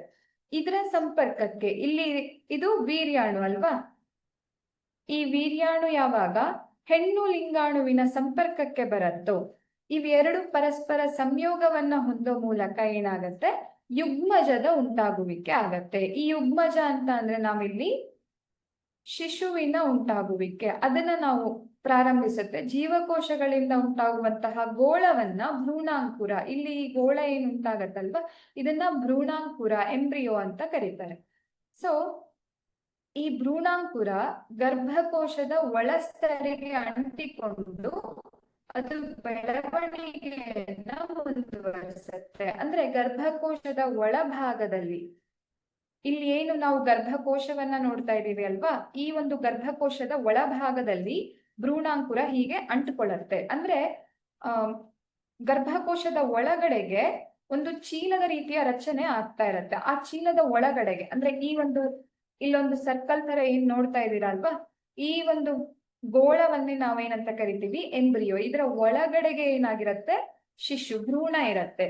ಸೊ ಈ ಎಂಬ್ರಿಯೋ ಏನಿದೆ, ಈ ಭ್ರೂಣಾಂಕುರ ಏನಿದೆ, ಇದು ಗರ್ಭಕೋಶದ ಸ್ತರಗಳಿಗೆ, ಒಳಸ್ತರ, ಇದರ ಒಳಗಡೆಗೆ ಹೀಗೆ ಅಂಟ್ಕೊಂಡು ಇದು ಏನಾಗಿರತ್ತೆ, ಇಲ್ಲಿ ನಾನು ರೆಡ್ ಪಿಂಕ್ ಇಂದ ಏನ್ ಬರ್ದು ಚೀಲದ ರೀತಿ ರಚನೆ ತೋರಿಸಿದೀನಿ ಅಲ್ವಾ ಗರ್ಭಕೋಶದ ಒಳಗಡೆಗೆ, ಇದು ಭ್ರೂಣಾಂಕುರ ಆಗಿರತ್ತೆ. ಇದ್ರ ಒಳಗಡೆಗೆ ಶಿಶು ಇರತ್ತೆ. ಇದ್ರ ಒಳಗಡೆಗೆ ಶಿಶು ಇದ್ದು ನಂತರ ಅದು ಏನ್ ಮಾಡತ್ತೆ, ಬೆಳವಣಿಗೆಯನ್ನ ಹೊಂದೋದಿಕ್ಕೆ ಸಾಧ್ಯ ಆಗುತ್ತೆ. ಹೇಗೆ ಬೆಳವಣಿಗೆಯನ್ನ ಹೊಂದುತ್ತೆ ಅಂದ್ರೆ ವಿಶೇಷ ಅಂಗಾಂಶ, ಈ ಭ್ರೂಣಾಂಕುರ ಗರ್ಭಕೋಶದ ಒಳಸ್ತರಿಗೆ ಅಂಟಿಕೊಂಡು ಬೆಳವಣಿಗೆಯನ್ನ ಮುಂದುವರಿಸುತ್ತೆ. ಅಂಗಗಳನ್ನ ಬೆಳೆಸಿಕೊಂಡು ಭ್ರೂಣ ಉಂಟಾಗತ್ತೆ. ಅಂದ್ರೆ ಇದು ಮೊದಲಿಗೆ ಏನು ಇರೋದಿಲ್ಲ, ಒಂದು ಮುದ್ದೆಯ ರೀತಿಯಲ್ಲಿ ಇರುತ್ತೆ, ಆಯ್ತಾ. ಅಂದ್ರೆ ಅಂಗಗಳು, ಈಗ ನಮ್ಗೆಲ್ಲ ಕೈ ಕಾಲು ಕಣ್ಣು ಮೂಗು ಈ ತರ ಬೇರೆ ಬೇರೆ ಭಾಗಗಳಿದೆ ಅಲ್ವಾ, ಆದ್ರೆ ಶಿಶು ಮೊದಲು ಅಂದ್ರೆ ಗಂಡು ಲಿಂಗಾಣು ಹೆಣ್ಣು ಲಿಂಗಾಣು ಪರಸ್ಪರ ಬೆರೆತಾಗ ಅಲ್ಲಿ ಯಾವ ಅಂಗಾಂಗಗಳು ಬೆಳ್ಕೊಂಡಿರೋದಿಲ್ಲ, ಅದು ಒಂದು ಮುದ್ದೆಯ ರೀತಿಯಲ್ಲಿ ಇರತ್ತೆ. ನಂತರ ನಿಧಾನವಾಗಿ ಅದೇನಾಗತ್ತೆ, ಅಂಗಗಳನ್ನ ಬೆಳೆಸಿಕೊಂಡು ಭ್ರೂಣ ಆಗತ್ತೆ. ಅದನ್ನೇ ನಾವು ಫೀಟಸ್ ಅಂತ ಕರಿತೀವಿ. ಅಂದ್ರೆ ಈ ಶಿಶುವಿನ ರಚನೆ ನೀವೇನ್ ನೋಡ್ತಾ ಇದೀರ, ಕೈ ಕಾಲು ಎಲ್ಲ ಇದೆ ಅಲ್ವಾ. ಸೊ ಇದು ಯಾವುದೇ ಒಂದು ಹೆಣ್ಣು ಗರ್ಭ ಧರಿಸಿದ ತಕ್ಷಣ ಈ ಒಂದು ಕೈ ಕಾಲು ಕಿವಿ ಇದೆಲ್ಲದು ಹುಟ್ಕೊಬಿಡೋದಿಲ್ಲ, ಒಂದು ಮುದ್ದೆಯ ರೀತಿ ಇರತ್ತೆ. ಮಣ್ಣಿನ ಮುದ್ದೆ ನೋಡಿರ್ತೀರ ಅಲ್ವಾ ನೀವು, ಮಣ್ಣನ್ನ ಹಿಂಗ್ ಮುದ್ದೆ ಮಾಡಿದಾಗ ಅದಕ್ಕೆ ಯಾವುದೇ ಒಂದು ಭಾಗಗಳು ಇರೋದಿಲ್ಲ. ಅದೇ ರೀತಿಯಲ್ಲಿ ಒಂದು ಶಿಶುವು ಸಹ ಇರತ್ತೆ. ನಿಧಾನವಾಗಿ ಅದು ಅಂಗಗಳನ್ನ ಬೆಳೆಸ್ಕೊಳ್ತಾ ಅದೇನಾಗತ್ತೆ, ಭ್ರೂಣವಾಗಿ ಬೆಳೆಯುತ್ತೆ. ಸೊ ವಿಶೇಷ ಅಂಗಾಂಶವಾದ ಜರಾಯುವಿನ ಮೂಲಕ ಭ್ರೂಣವು ತಾಯಿಯ ರಕ್ತದ ಮೂಲಕ ಪೋಷಣೆಯನ್ನ ಪಡ್ಕೊಳ್ಳೋದಿಕ್ಕೆ ಸ್ಟಾರ್ಟ್ ಮಾಡತ್ತೆ. ಈಗ ನಾವು ನೋಡಿದೀವಿ, ಜೀವಕ್ರಿಯೆಗಳು ಪಾಠದಲ್ಲಿ ನೋಡಿದೀವಿ ಅಲ್ವಾ, ನಾವು ತಗೊಳ್ಳುವಂತಹ ಆಹಾರ ಇರಬಹುದು ಅಥವಾ ಆಕ್ಸಿಜನ್ ಇರಬಹುದು, ಎಲ್ಲದೂ ರಕ್ತದಲ್ಲಿ ಸಾಗಾಣಿಕೆಯನ್ನ ನಡೆಸ್ತಾ ಇರತ್ತೆ. ಸೊ ನಾವು ತಿಂದಂತಹ ಆಹಾರ ಅಥವಾ ಪೋಷಣೆ ಏನಿದೆ ಅದು ರಕ್ತದ ಜೊತೆಗೆ ಬೆರ್ತಿರತ್ತೆ. ಆ ರಕ್ತದಿಂದಾಗಿನೇ ಈ ಮಗು ಏನ್ ಮಾಡತ್ತೆ, ಜರಾಯುವಿನ ಮೂಲಕ ಏನ್ ಮಾಡತ್ತೆ, ತಾಯಿಯ ರಕ್ತದಿಂದ ಪೋಷಣೆಯನ್ನ ಪಡ್ಕೊಳ್ಳೋದಿಕ್ಕೆ ಸ್ಟಾರ್ಟ್ ಮಾಡತ್ತೆ. ನಾವ್ ಅನ್ಕೊಳ್ತೀವಿ, ನಾವು ಹೊಟ್ಟೆ ಒಳಗಡೆ ಇದ್ದಾಗ ನಮ್ಗೆ ಯಾರು ಊಟ ಕೊಡ್ತಾರೆ ಅಂತ ಅಲ್ವಾ. ಮಕ್ಕಳು ತಾಯಿಯ ಗರ್ಭದಲ್ಲಿ ಇದ್ದಾಗ ಪೋಷಣೆ ಹೇಗೆ ಸಿಗತ್ತೆ ಅಂದ್ರೆ, ತಾಯಿ ತಿಂದಂತಹ ಆಹಾರ ಅದು ಅವಳ ಶರೀರದ ರಕ್ತದಲ್ಲಿ ಬೆರ್ತು ಹೋಗುತ್ತೆ. ಆ ರಕ್ತದಲ್ಲಿರುವಂತಹ ಪೋಷಣೆಯನ್ನ ಈ ಮಗು ಉಪಯೋಗಿಸ್ಕೊಂಡು ಅಂಗಗಳು ಬೆಳೆಯೋದಿಕ್ಕೆ ಸ್ಟಾರ್ಟ್ ಆಗತ್ತೆ. ಹಾಗಾಗಿ ಮಗು ಹುಟ್ಟಿದಾಗ ಎಲ್ಲ ಅಂಗಗಳು ಬೆಳ್ಕೊಂಡಿರೋದನ್ನ ನಾವು ನೋಡಬಹುದು. ಆದ್ರೆ ಶಿಶು ಭ್ರೂಣದಲ್ಲಿ ಮುಂಚೆ ತುಂಬಾ ಅರ್ಲಿ ಸ್ಟೇಜ್ ಅಲ್ಲಿ ಏನಾಗಿರುತ್ತೆ, ಒಂದು ಮಣ್ಣಿನ ರೀತಿಯಲ್ಲಿ ಇರುತ್ತೆ, ಯಾವುದೇ ಅಂಗಗಳು ಬೆಳ್ಕೊಂಡಿರೋದಿಲ್ಲ. ನಂತರದಲ್ಲಿ ನಿಧಾನವಾಗಿ ಬೆಳವಣಿಗೆಯನ್ನ ಹೊಂದೋದು. ಸೊ ಇದು ಹೆಣ್ಣು ಸಂತಾನೋತ್ಪತ್ತಿ ವ್ಯೂಹದಲ್ಲಿ ಭ್ರೂಣದ ರಚನೆ ಆಗೋದು ಅಥವಾ ಭ್ರೂಣ ಹೇಗೆ ಉಂಟಾಗತ್ತೆ ಅನ್ನೋದನ್ನ ನೋಡಿದ್ರೆ, ಜರಾಯು ಏನಿರತ್ತಲ್ವಾ, ಜರಾಯುವಿನ ಮೂಲಕ ಪೋಷಣೆಯನ್ನ ಪಡ್ಕೊಳತ್ತೆ ಅನ್ನೋದನ್ನ ನೋಡಿದ್ವಿ. ಈ ಜರಾಯುವಿನ ಒಳಗಡೆಗೆ ವಿಲೈಗಳನ್ನ ಅಂದ್ರೆ ಬೆರಳಿನ ರೀತಿಯ ರಚನೆಯನ್ನ ಹೊಂದಿರತ್ತೆ. ಇದಕ್ಕೆ ಹೋಲ್ಗಳಿದ್ದು ಇದರ ಒಳಗಡೆಯಿಂದ ಹೀಗೆ ತನಗೆ ಬೇಕಾದಂತಹ ಆಹಾರವನ್ನ ಅಥವಾ ಪೋಷಣೆಯನ್ನ ಇದು ಒಳಗಡೆ ಎಳ್ಕೊಳ್ತಾ ಇರತ್ತೆ. ಹೌದಾ? ಸೊ ಈ ರೀತಿಯ ಒಂದು ರಚನೆಯನ್ನ ಹೊಂದಿದ್ದು ತಾಯಿಯಿಂದ ಭ್ರೂಣಕ್ಕೆ ಗ್ಲೂಕೋಸ್ ಮತ್ತೆ ಆಕ್ಸಿಜನ್ ಒದಗಿಸಲು ಇದು ಸಹಾಯವನ್ನ ಮಾಡ್ತಾ ಇರತ್ತೆ. ಮತ್ತೆ ತ್ಯಾಜ್ಯ ಪದಾರ್ಥಗಳನ್ನು ತಾಯಿಯ ಪ್ಲೆಸೆಂಟಾ ಮೂಲಕ ಹೊರಹಾಕಲು ಸಹಾಯಕವಾಗಿದೆ. ಪ್ಲೆಸೆಂಟಾ ಅಂತಂದ್ರೆ ಇದರಲ್ಲಿ ಈ ಒಂದು ಏನು ಇಲ್ಲಿ ಒಂಥರ ಬಳ್ಳಿಯ ರೀತಿಯ ಏನು ರಚನೆ ಕಾಣಿಸ್ತಾ ಇದೆ ಅಲ್ವಾ, ಇದರ ಮೂಲಕ ಏನಾಗ್ತಾ ಇರತ್ತೆ, ಆಹಾರ ಅಂದ್ರೆ ವಿಲೈಗಳ ಮೂಲಕ ಅವು ಏನ್ ಮಾಡತ್ತೆ, ತನಗೆ ಬೇಕಾದಂತಹ ಪೋಷಣೆಯನ್ನ ಪಡ್ಕೊಂಡು ಈ ಪ್ಲೆಸೆಂಟಾ ಮೂಲಕ ಏನ್ ಮಾಡ್ತಾ ಇರತ್ತೆ, ತ್ಯಾಜ್ಯಗಳನ್ನ ಹೊರ ಹಾಕೋದಿಕ್ಕೆ ಸಹಾಯ ಮಾಡ್ತಾ ಇರತ್ತೆ. ಮಗು ತಾಯಿಯ ದೇಹದ ಒಳಗಡೆಗೆ ಸಂಪೂರ್ಣವಾಗಿ ಬೆಳೆಯಲು ಅಂದಾಜು 9 ತಿಂಗಳು ಕಾಲವನ್ನ ತೆಗೆದುಕೊಳ್ಳುತ್ತೆ. ನೋಡಿ, 1-2 ತಿಂಗಳಲ್ಲ, 9 ತಿಂಗಳ ಕಾಲ ಮಗು ತಾಯಿಯ ಶರೀರದ ಒಳಗಡೆಗೆ ಇದ್ದು, ಹೊಟ್ಟೆಯ ಗರ್ಭಕೋಶ ಅಂತ ನಾವಿಲ್ಲೇನ್ ನೋಡಿದ್ವಿ ಅಲ್ವಾ, ಈ ಗರ್ಭಕೋಶದ ಒಳಗಡೆಗೆ ಒಂದು ಮಗು 9 ತಿಂಗಳ ಕಾಲ ಅದರ ಒಳಗಡೆಗೆ ಇದ್ದು ತಾಯಿಯ ಶರೀರದಿಂದ ಪೋಷಣೆಯನ್ನ ಪಡ್ಕೊಳ್ತಾ ಇರತ್ತೆ. ಆಕ್ಸಿಜನ್ ಇರಬಹುದು, ಗ್ಲೂಕೋಸ್ ಇರಬಹುದು, ಇದೆಲ್ಲದನ್ನು ತಾಯಿಯ ರಕ್ತದ ಮೂಲಕ ಅದು ಪಡ್ಕೊಳ್ಳುತ್ತೆ. ಹಾಗಾಗಿ ನಾವು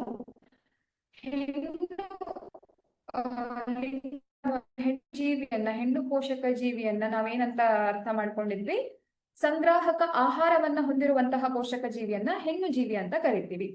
ಪೋಷಕ ಅಂದ್ರೆ ಮಗು ಬೆಳವಣಿಗೆ ಆಗೋದಿಕ್ಕೆ ಅಗತ್ಯವಾದಂತಹ ಪೋಷಣೆಯನ್ನ ತಾಯಿ ಶರೀರ ಒದಗಿಸ್ತಾ ಇರತ್ತೆ. ಇನ್ನು ಒಂದೇ ಒಂದು ಅಂಡಾಣು ಯಾಕೆ ಬಿಡುಗಡೆ ಆಗ್ತಾ ಇರತ್ತೆ ಅಂದ್ರೆ, ಪ್ರತಿ ತಿಂಗಳು ಒಂದು ಅಂಡಾಣು ಮಾತ್ರ ಪಕ್ವವಾಗ್ತಾ ಇರತ್ತೆ. ಅದು ಗರ್ಭಕೋಶವನ್ನ ಸೇರಿ 24 ಗಂಟೆಗಳ ಕಾಲ ಅದೇನಾಗಿರತ್ತೆ, ಜೀವಂತವಾಗಿರತ್ತೆ. 24 ಗಂಟೆ ಆದ ನಂತರವೂ ಅದಕ್ಕೆ ಯಾವುದೇ ಗಂಡು ಲಿಂಗಾಣು ಬಂದು ಅದರ ಜೊತೆ ಸಂಯೋಜನೆಯನ್ನ ಹೊಂದಿಲ್ಲ ಅಂದ್ರೆ ಅದು ಆ ಅಂಡ ಏನಿರತ್ತೆ ಅದು ಸತ್ತೋಗ್ಬಿಡತ್ತೆ, ಅಂದ್ರೆ ಅದು ಜೀವಂತವಾಗಿ ಇರೋದಿಲ್ಲ. ಓಕೆ, ಸೊ 24 ಗಂಟೆಗಳ ಕಾಲ ಅದೇನಾಗಿರತ್ತೆ, ಜೀವಂತವಾಗಿರತ್ತೆ. ಸೊ ಒಂದು ಅಂಡ ಫಲಿತಗೊಳ್ಳದೆ ಹೋದ್ರೆ ಏನಾಗತ್ತೆ, ನಾನು ಆಗ್ಲೇ ಹೇಳಿದೆ, ಪ್ರತಿ ತಿಂಗಳು ಒಂದು ಅಂಡ ಮಾತ್ರ ಪಕ್ವವಾಗಿ ಗರ್ಭಕೋಶವನ್ನ ಸೇರ್ತಾ ಇರತ್ತೆ. ಒಂದು ವೇಳೆ ಅದಕ್ಕೆ ಗಂಡು ಲಿಂಗಾಣು ಅಥವಾ ವೀರ್ಯಾಣುವಿನ ಸಂಪರ್ಕ ಆಗದೆ ಹೋದ್ರೆ ಅದೇನಾಗತ್ತೆ, ಫಲಿತಗೊಳ್ಳೋದಿಲ್ಲ. ಹೌದಾ? ಒಂದು ವೇಳೆ ಅಂಡ ಫಲಿತಗೊಳ್ಳದೆ ಇದ್ರೆ ಅದು 1 ದಿನದವರೆಗೆ ಮಾತ್ರ ಬದುಕಿರತ್ತೆ. ಅಂದ್ರೆ 24 ಗಂಟೆ ತನಕ ಅದು ಜೀವಂತವಾಗಿದ್ದು ಯಾವುದೇ ವೀರ್ಯಾಣು ಬಂದು ಅದರ ಜೊತೆಗೆ ಸಂಯೋಜನೆಯನ್ನ ಮಾಡಿಲ್ಲ ಅಂತ ಅಂದ್ರೆ ಅದು ಬದುಕಿ ಉಳಿಯೋದಿಲ್ಲ. ಹಾಗಾದಾಗ ಏನಾಗತ್ತೆ, ಬರೀ ಅಂಡ ಸಾಯೋದಿಲ್ಲ, ಇಲ್ಲಿ ಈ ರೀತಿಯ ರಚನೆ ಏನ್ ನೋಡಿದ್ವಿ ಅಲ್ವಾ ನಾವು, ಇಲ್ಲಿ ಇದ್ರ ಒಳಗಡೆ ಮಗು ಇರತ್ತೆ. ಬಟ್ ಈ ರಚನೆ ಏನಾಗಿರತ್ತೆ ಅಲ್ವಾ, ಇದು ಅನಗತ್ಯವಾಗ್ಬಿಡತ್ತೆ. ಆ ರಚನೆ ಏನು ಗರ್ಭಕೋಶದ ಸುತ್ತ ಒಳಗಡೆ ರಚನೆ ಹೊಂದಿರುವಂತಹ ಆ ರಚನೆಯು ಕೂಡ ವೇಸ್ಟ್ ಅದು. ಅಂತಹ ಟೈಮಲ್ಲಿ ಏನಾಗುತ್ತೆ, ಆ ರಚನೆ ಅನಗತ್ಯವಾದ ಗರ್ಭಕೋಶದ ಒಳಸ್ತರಿಯು, ಇದನ್ನೇ ನಾವು ಒಳಸ್ತರಿ, ಈ ಭಾಗ ಏನ್ ಕಾಣಿಸ್ತಾ ಇದೆ ಅಲ್ವಾ, ಇದು ಗರ್ಭಕೋಶದ ಒಳಗಡೆಗೆ ಉಂಟಾಗಿರುವಂತಹ ರಚನೆ ಆಗಿರುತ್ತೆ. ಅಂಡದ ಜೊತೆ ವೀರ್ಯಾಣು ಸಂಪರ್ಕಕ್ಕೆ ಬಂದಾಗ ಭ್ರೂಣ ಉಂಟಾಗತ್ತೆ, ಆದ್ರೆ ಆ ಸಂಪರ್ಕಕ್ಕೆ ಬಂದಿಲ್ಲ ಅಂದಾಗ ಈ ರಚನೆ ವೇಸ್ಟ್ ಆಗತ್ತೆ. ಸೊ ಆ ವೇಸ್ಟ್ ಅನ್ನ ನಾವು ನಮ್ಮ ಶರೀರದಿಂದ ಹೊರಗಡೆ ಹಾಕೋದು ಸಹ ಇಂಪಾರ್ಟೆಂಟ್. ಅಂದ್ರೆ ಹೆಣ್ಣು ಮಕ್ಕಳ ಗರ್ಭಕೋಶದ ಒಳಸ್ತರಿಯಲ್ಲಿ ಉಂಟಾದಂತಹ ರಚನೆ ಅದು ವೇಸ್ಟ್ ಅನ್ನ ನಾವು ಶರೀರದಿಂದ ಹೊರಗಡೆಗೆ ಹಾಕ್ಬೇಕು. ಹಾಗಾಗಿ ಅದೇನಾಗತ್ತೆ, ಗರ್ಭಕೋಶದ ಒಳಸ್ತರಿ ನಿಧಾನವಾಗಿ ಬಿರುಕು ಬಿಟ್ಟು ರಕ್ತ ಮತ್ತು ಲೋಳೆಯ ರೂಪದಲ್ಲಿ ಯೋನಿಯಿಂದ ಹೊರಬರುತ್ತೆ. ಅದೇನಾಗತ್ತೆ, ಆ ಒಳಗಡೆ ಉಂಟಾದಂತಹ ರಚನೆ ಅದೇನಂತ ಭಾವಿಸಿರತ್ತೆ, ಓಕೆ ಗಂಡು ವೀರ್ಯಾಣು ಬಂದು ಇದ್ರ ಜೊತೆಗೆ ಸಂಪರ್ಕ ಆಗಿ ಭ್ರೂಣ ಉಂಟಾಗತ್ತೆ ಅನ್ನೋ ರೀತಿಯಲ್ಲಿ ಅಂಡ ರೆಡಿಯಾಗಿ ಅದು ಪಕ್ವವಾಗಿ ಅಲ್ಲಿ ಇರತ್ತೆ ಅಲ್ವಾ. ಆದ್ರೆ ಯಾವಾಗ ಗಂಡು ಅಥವಾ ವೀರ್ಯಾಣು ಬಂದು ಅದ್ರ ಜೊತೆ ಸಂಯೋಜನೆಯನ್ನ ಹೊಂದೋದಿಲ್ವೋ ಆ ಒಳಸ್ತರಿ ವೇಸ್ಟ್ ಆಗತ್ತೆ. ಹಾಗಾಗಿ ಅದು ಹೊರ ಹಾಕಲ್ಪಡತ್ತೆ. ಯಾವ ರೀತಿಯಾಗಿ ಅಂತ ಅಂದ್ರೆ ಅದ್ ನಿಧಾನವಾಗಿ ಬಿರುಕು ಬಿಟ್ಟು ರಕ್ತ ಮತ್ತು ಲೋಳೆಯ ರೂಪದಲ್ಲಿ ನಾವು ಋತುಚಕ್ರ ಅಂತ ಕರೆಯೋದು. ಹೆಣ್ಣು ಮಕ್ಕಳಲ್ಲಿ ಪ್ರತಿ ತಿಂಗಳು ಋತುಚಕ್ರ ಅಥವಾ ಮೆನ್ಸ್ಟ್ರುಯೇಷನ್ ಏನಾಗತ್ತೆ, ಅದಕ್ಕೆ ಕಾರಣ ಈ ಒಂದು ಅಂಡ ಪಕ್ವವಾಗಿ ಗರ್ಭಕೋಶಕ್ಕೆ ಬಂದಿದ್ದು ವೀರ್ಯಾಣುವಿನ ಸಂಪರ್ಕಕ್ಕೆ ಬರದೇ ಇರೋದ್ರಿಂದ ಅದು ಹೊರ ಹಾಕೋದು ಸಹ ಅಷ್ಟೇ ಅವಶ್ಯಕ ಆಗಿರೋದಕ್ಕೆ ಅದನ್ನ ಹೊರ ಹಾಕುವ ಒಂದು ಪ್ರಕ್ರಿಯೆ ಏನಿದೆ ಅದನ್ನೇ ನಾವು ಋತುಚಕ್ರ ಅಂತ ಕರಿತೀವಿ. ಈ ಹಂತದಲ್ಲಿ ಹೆಣ್ಣು ಸಾಕಷ್ಟು ನೋವನ್ನ ಅನುಭವಿಸ್ತಾಳೆ, ಆಯ್ತಾ. ಸೊ ಈ ಒಂದು ಏನು ಋತುಚಕ್ರ ಇದೆ, ಪ್ರತಿ ತಿಂಗಳು ಒಂದೊಂದು ಅಂಡ ಹೆಣ್ಣಿನ ಶರೀರದಿಂದ ಹೊರ ಹಾಕಲ್ಪಡತ್ತೆ. ಎಲ್ಲಿವರೆಗೆ, ಅವಳು ಗರ್ಭವನ್ನ ಧರಿಸುವ ತನಕವೂ ಸಹ ಈ ಪ್ರಕ್ರಿಯೆ ಮುಂದುವರಿತಾ ಇರುತ್ತೆ. ಯಾವಾಗ ಗರ್ಭವನ್ನ ಧರಿಸ್ತಾಳೋ, ಅವಳು ಗರ್ಭವತಿ ಆಗ್ತಾಳೋ, ಆಗ ಅಂಡ ಉಪಯೋಗ ಆಗೋಗ್ಬಿಡುತ್ತೆ, ಅಲ್ಲಿ ಫಲಿತವಾಗಿರುತ್ತೆ. ಹಾಗಾಗಿ ಇಲ್ಲಿ ಋತುಚಕ್ರ ಆ ಟೈಮಲ್ಲಿ ಆಗದೆ ಇರೋದು. ಬಟ್ ಅದು ಬಿಟ್ಟು ಬೇರೆ ಎಲ್ಲಾ ಟೈಮಲ್ಲೂ ಅಂಡ ಶರೀರದಿಂದ ಹೊರ ಹೋಗೋ ಪ್ರಕ್ರಿಯೆ ಏನಾಗಿರುತ್ತೆ, ಋತುಚಕ್ರ ಆಗಿರುತ್ತೆ. ಸೊ ಸಾಮಾನ್ಯವಾಗಿ ಇದು 2 ರಿಂದ 8 ದಿನಗಳ ತನಕವೂ ಮುಂದುವರಿಯುತ್ತೆ. ಅಂದ್ರೆ 2 ದಿನದಿಂದ ಸ್ಟಾರ್ಟ್ ಆಗಿ ಅದು 8 ದಿನದ ತನಕ ಬೇರೆ ಬೇರೆ, ಅಂದ್ರೆ ಒಂದೊಂದು ಹೆಣ್ಣಿನ ಶರೀರದ ಮೇಲೆ ಅದು ನಿರ್ಧಾರಿತವಾಗಿರುತ್ತೆ. ಕೆಲವೊಬ್ಬರಿಗೆ ಬೇಗ ನಿಲ್ಲತ್ತೆ, ಕೆಲವೊಬ್ಬರಿಗೆ ತುಂಬಾ ಲೇಟ್ ಆಗಿ ಸ್ಟಾಪ್ ಆಗ್ತಾ ಇರತ್ತೆ ಋತುಚಕ್ರ. ಸೊ ಇದು ಎಲ್ಲಾ ಹೆಣ್ಣು ಮಕ್ಕಳಲ್ಲೂ ಸಹಜವಾಗಿ ನಡೆಯುವಂತಹ ಪ್ರಕ್ರಿಯೆ. ಮತ್ತೆ ಈ ಎಲ್ಲಾ ಬದಲಾವಣೆಗಳಿರ್ಬಹುದು ಅಥವಾ ವೀರ್ಯಾಣುಗಳು ಅಂಡಗಳು ಉಂಟಾಗೋದು, ಇದೆಲ್ಲ ಏನಿದೆಯಲ್ಲ ಅದು ಹೊಸದೊಂದು ಜೀವಿಯ ಸೃಷ್ಟಿಗೆ ನಾವು ಶರೀರವನ್ನ ಸಿದ್ಧಪಡಿಸ್ಕೊಳ್ಳುವಂತಹ ಹಂತಗಳಾಗಿರುತ್ತೆ. ಇನ್ನು ಸಂತಾನೋತ್ಪತ್ತಿ, ಒಂದ್ ನಿಮಿಷ, ಆರೋಗ್ಯ ಮತ್ತೆ ಗರ್ಭ ನಿರೋಧಕತೆ. ಕೆಲವೊಂದು ಬಾರಿ ಏನಾಗತ್ತೆ, ಕೆಲವೊಂದಿಷ್ಟು ಜನ ಬಯಸಿ ಗರ್ಭಧಾರಣೆಯನ್ನ ಮಾಡ್ಕೊಳ್ತಾರೆ, ಕೆಲವೊಂದು ಬಾರಿ ಬಯಸದೆ ಗರ್ಭಧಾರಣೆ ಆಗೋಗ್ಬಿಡತ್ತೆ. ಲೈಂಗಿಕ ಸಂಪರ್ಕದಲ್ಲಿ ತೊಡಗದಾಗ ಅದೇನಾಗತ್ತೆ, ಲೈಂಗಿಕ ರೋಗಗಳು ಸಹ, ಅಂದ್ರೆ ಯಾವಾಗ ಗಂಡು ಮತ್ತೆ ಹೆಣ್ಣು ಪರಸ್ಪರ ಲೈಂಗಿಕ ಸಂಬಂಧವನ್ನ ಹೊಂದುತ್ತಾರೋ ಅಲ್ಲಿ ಅದು ಗೊತ್ತೋ ಗೊತ್ತಿಲ್ಲದೇನೋ ಹಲವಾರು ರೋಗಗಳು ಒಬ್ಬರಿಂದ ಇನ್ನೊಬ್ಬರಿಗೆ ಹರಡುವಂತಹ ಸಾಧ್ಯತೆ ಇದೆ. ಉದಾಹರಣೆಗೆ ಗೊನೋರಿಯಾ, ನೀವು ಈ ಚಿತ್ರದಲ್ಲಿ ನೋಡ್ತಾ ಇರಬಹುದು. ಈ ರೀತಿ ಒಂಥರ ರ್ಯಾಷಸ್ ಟೈಪ್ ಉಂಟಾಗೋದು, ಇದು ಲೈಂಗಿಕ ರೋಗ ಆಗಿದೆ. ಅಂದ್ರೆ ಒಬ್ಬರಿಂದ ಇನ್ನೊಬ್ಬರಿಗೆ ಲೈಂಗಿಕ ಸಂಪರ್ಕ ಆದಾಗ ಹರಡುವಂತಹ ರೋಗ ಆಗಿದೆ. ಅದೇ ರೀತಿ ಸಿಫಿಲಿಸ್ ಅನ್ನುವಂತಹ ರೋಗ, ಇದು ಸಹ ಇನ್ನೊಬ್ಬರಿಗೆ ಹರಡುವಂತಹ ರೋಗ. ಇನ್ನು ಅತ್ಯಂತ ಭಯಾನಕವಾದಂತಹ HIV ರೋಗ, ಇದು ಕೂಡ ಒಬ್ಬರಿಂದ ಇನ್ನೊಬ್ಬರಿಗೆ ಹರಡುವಂತಹ ರೋಗ. ಅಂದ್ರೆ ಸುಮ್ನೆ ನಾವು ಮಾತಾಡಿದ್ವಿ ಹೀಗೆ ಕೈ ಮುಟ್ಟಿದ್ವಿ ಅಂತ ಅಂದ್ರೆ ಉಂಟಾಗುವಂತಹ ರೋಗ ಅಲ್ಲ. ಜನನಾಂಗಗಳ ಸಂಪರ್ಕ ಉಂಟಾದಾಗ ಮಾತ್ರ, ಲೈಂಗಿಕ ಸಂಬಂಧವನ್ನ ಹೊಂದಿದಾಗ ಮಾತ್ರ ಈ ರೋಗಗಳು ಒಬ್ಬರಿಂದ ಇನ್ನೊಬ್ಬರಿಗೆ ಹರಡೋದಿಕ್ಕೆ ಸಾಧ್ಯ. ಸೊ ಈ ರೋಗಗಳನ್ನ ತಡೆಗಟ್ಟೋದಿಕ್ಕೆ, ಅದೇ ರೀತಿಯಲ್ಲಿ ಅನಗತ್ಯ ಗರ್ಭಧಾರಣೆಯನ್ನ ತಡೆಗಟ್ಟೋದಿಕ್ಕೆ ಹಲವಾರು ಕ್ರಮಗಳನ್ನ ನಾವು ನೋಡಬಹುದು. ಉದಾಹರಣೆಗೆ ಯಾಂತ್ರಿಕ ತಡೆಗಳನ್ನ ಒಡ್ಡೋದು, ಅಂದ್ರೆ ವೀರ್ಯಾಣು ಅಂಡವನ್ನ ತಲುಪದೇ ಇರೋ ರೀತಿಯಲ್ಲಿ ಯಾಂತ್ರಿಕ ತಡೆಯನ್ನ ಒಡ್ಡೋದು. ಇಲ್ಲ ಅಂತಂದ್ರೆ ಶಿಶ್ನದ ಮೇಲೆ ಕಾಂಡೋಮ್ಗಳನ್ನ ಹಾಕೋ ಮೂಲಕ ಅಥವಾ ಯೋನಿಗಳಿಗೆ ಚೀಲವನ್ನ ಹಾಕೋ ಮೂಲಕ ಈ ಅನಾವಶ್ಯಕ ಗರ್ಭಧಾರಣೆಯನ್ನ ತಡೆಯುವಂತಹದ್ದು. ನಂತರ ಮಾತ್ರೆಗಳ ಮೂಲಕ ಹಾರ್ಮೋನ್ ಬಿಡುಗಡೆ ಆಗೋದನ್ನ ನಾವು ವ್ಯತ್ಯಾಸ ಮಾಡೋ ಮೂಲಕವೂ ಸಹ, ಅಂದ್ರೆ ಹೆಣ್ಣು ಅಂಡ ಬಿಡುಗಡೆ ಆಗೋದನ್ನ ಸಮಯವನ್ನ ಅದ್ಲು ಬದಲು ಮಾಡೋ ಮೂಲಕವೂ ಸಹ ನಾವೇನ್ ಮಾಡಬಹುದು, ಅನವಶ್ಯಕ ಗರ್ಭಧಾರಣೆಯನ್ನ ತಡೆಗಟ್ಟಬಹುದು. ನಂತರ ನಿರೋಧಕಗಳಾದ ವಂಕಿ ಅಥವಾ ಕಾಪರ್ ಟೀ ಅಂತ ಹೇಳ್ತಾರೆ, ಅದನ್ನ ಧರಿಸೋ ಮೂಲಕ ಗರ್ಭಕೋಶದ ಒಳಗಡೆಗೆ ಕಾಪರ್ ಟೀ ಅನ್ನ ಧರಿಸೋ ಮೂಲಕವೂ ಗರ್ಭಧಾರಣೆಯನ್ನ ನಾವು ತಡೆಗಟ್ಟಬಹುದು.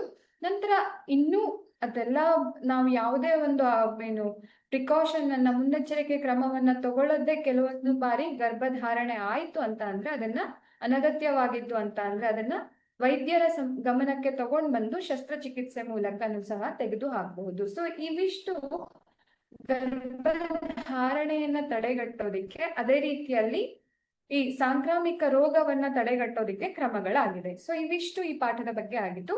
ನಿಮ್ಗೆ ಇದೆಲ್ಲದು ಅರ್ಥ ಆಗಿದೆ ಅಂತ ಭಾವಿಸ್ತೀನಿ. ಓಕೆ, ಏನಾದ್ರೂ ಡೌಟ್ಸ್ ಇದ್ರೆ ಕೇಳ್ಕೊಳ್ಬಹುದು.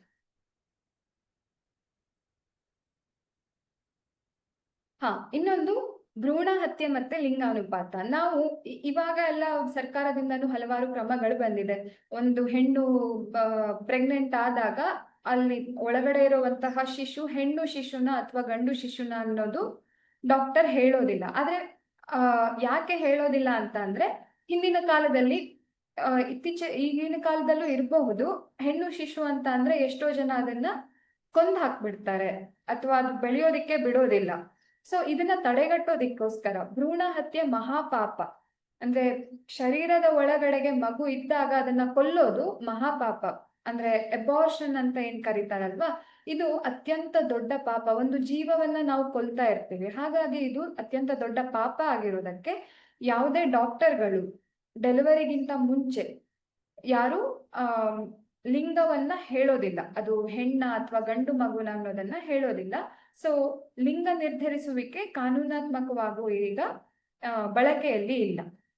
ಓಕೆ, ಎಲ್ಲಾ ಮಕ್ಕಳು ಒಂದೇನೆ, ಗಂಡು ಮಕ್ಕಳು ಒಂದೇ, ಹೆಣ್ಣು ಮಕ್ಕಳು ಒಂದೇ, ಮಗು ಆಗಿರತ್ತೆ ಅಷ್ಟೇ, ಬಿಟ್ರೆ ಹೆಣ್ಣು ಮಗು ಅಂತ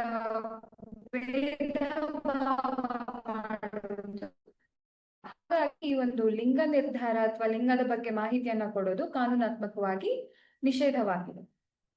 ಓಕೆ, ಸೊ ಇವಿಷ್ಟು ಈ ಪಾಠದ ಬಗ್ಗೆ ಆಗಿತ್ತು. ನಿಮ್ಗೆ ಎಲ್ಲಾ ಕಾನ್ಸೆಪ್ಟ್ಗಳು ಅರ್ಥ ಆಗಿದೆ ಅಂತ ಭಾವಿಸ್ತೀನಿ.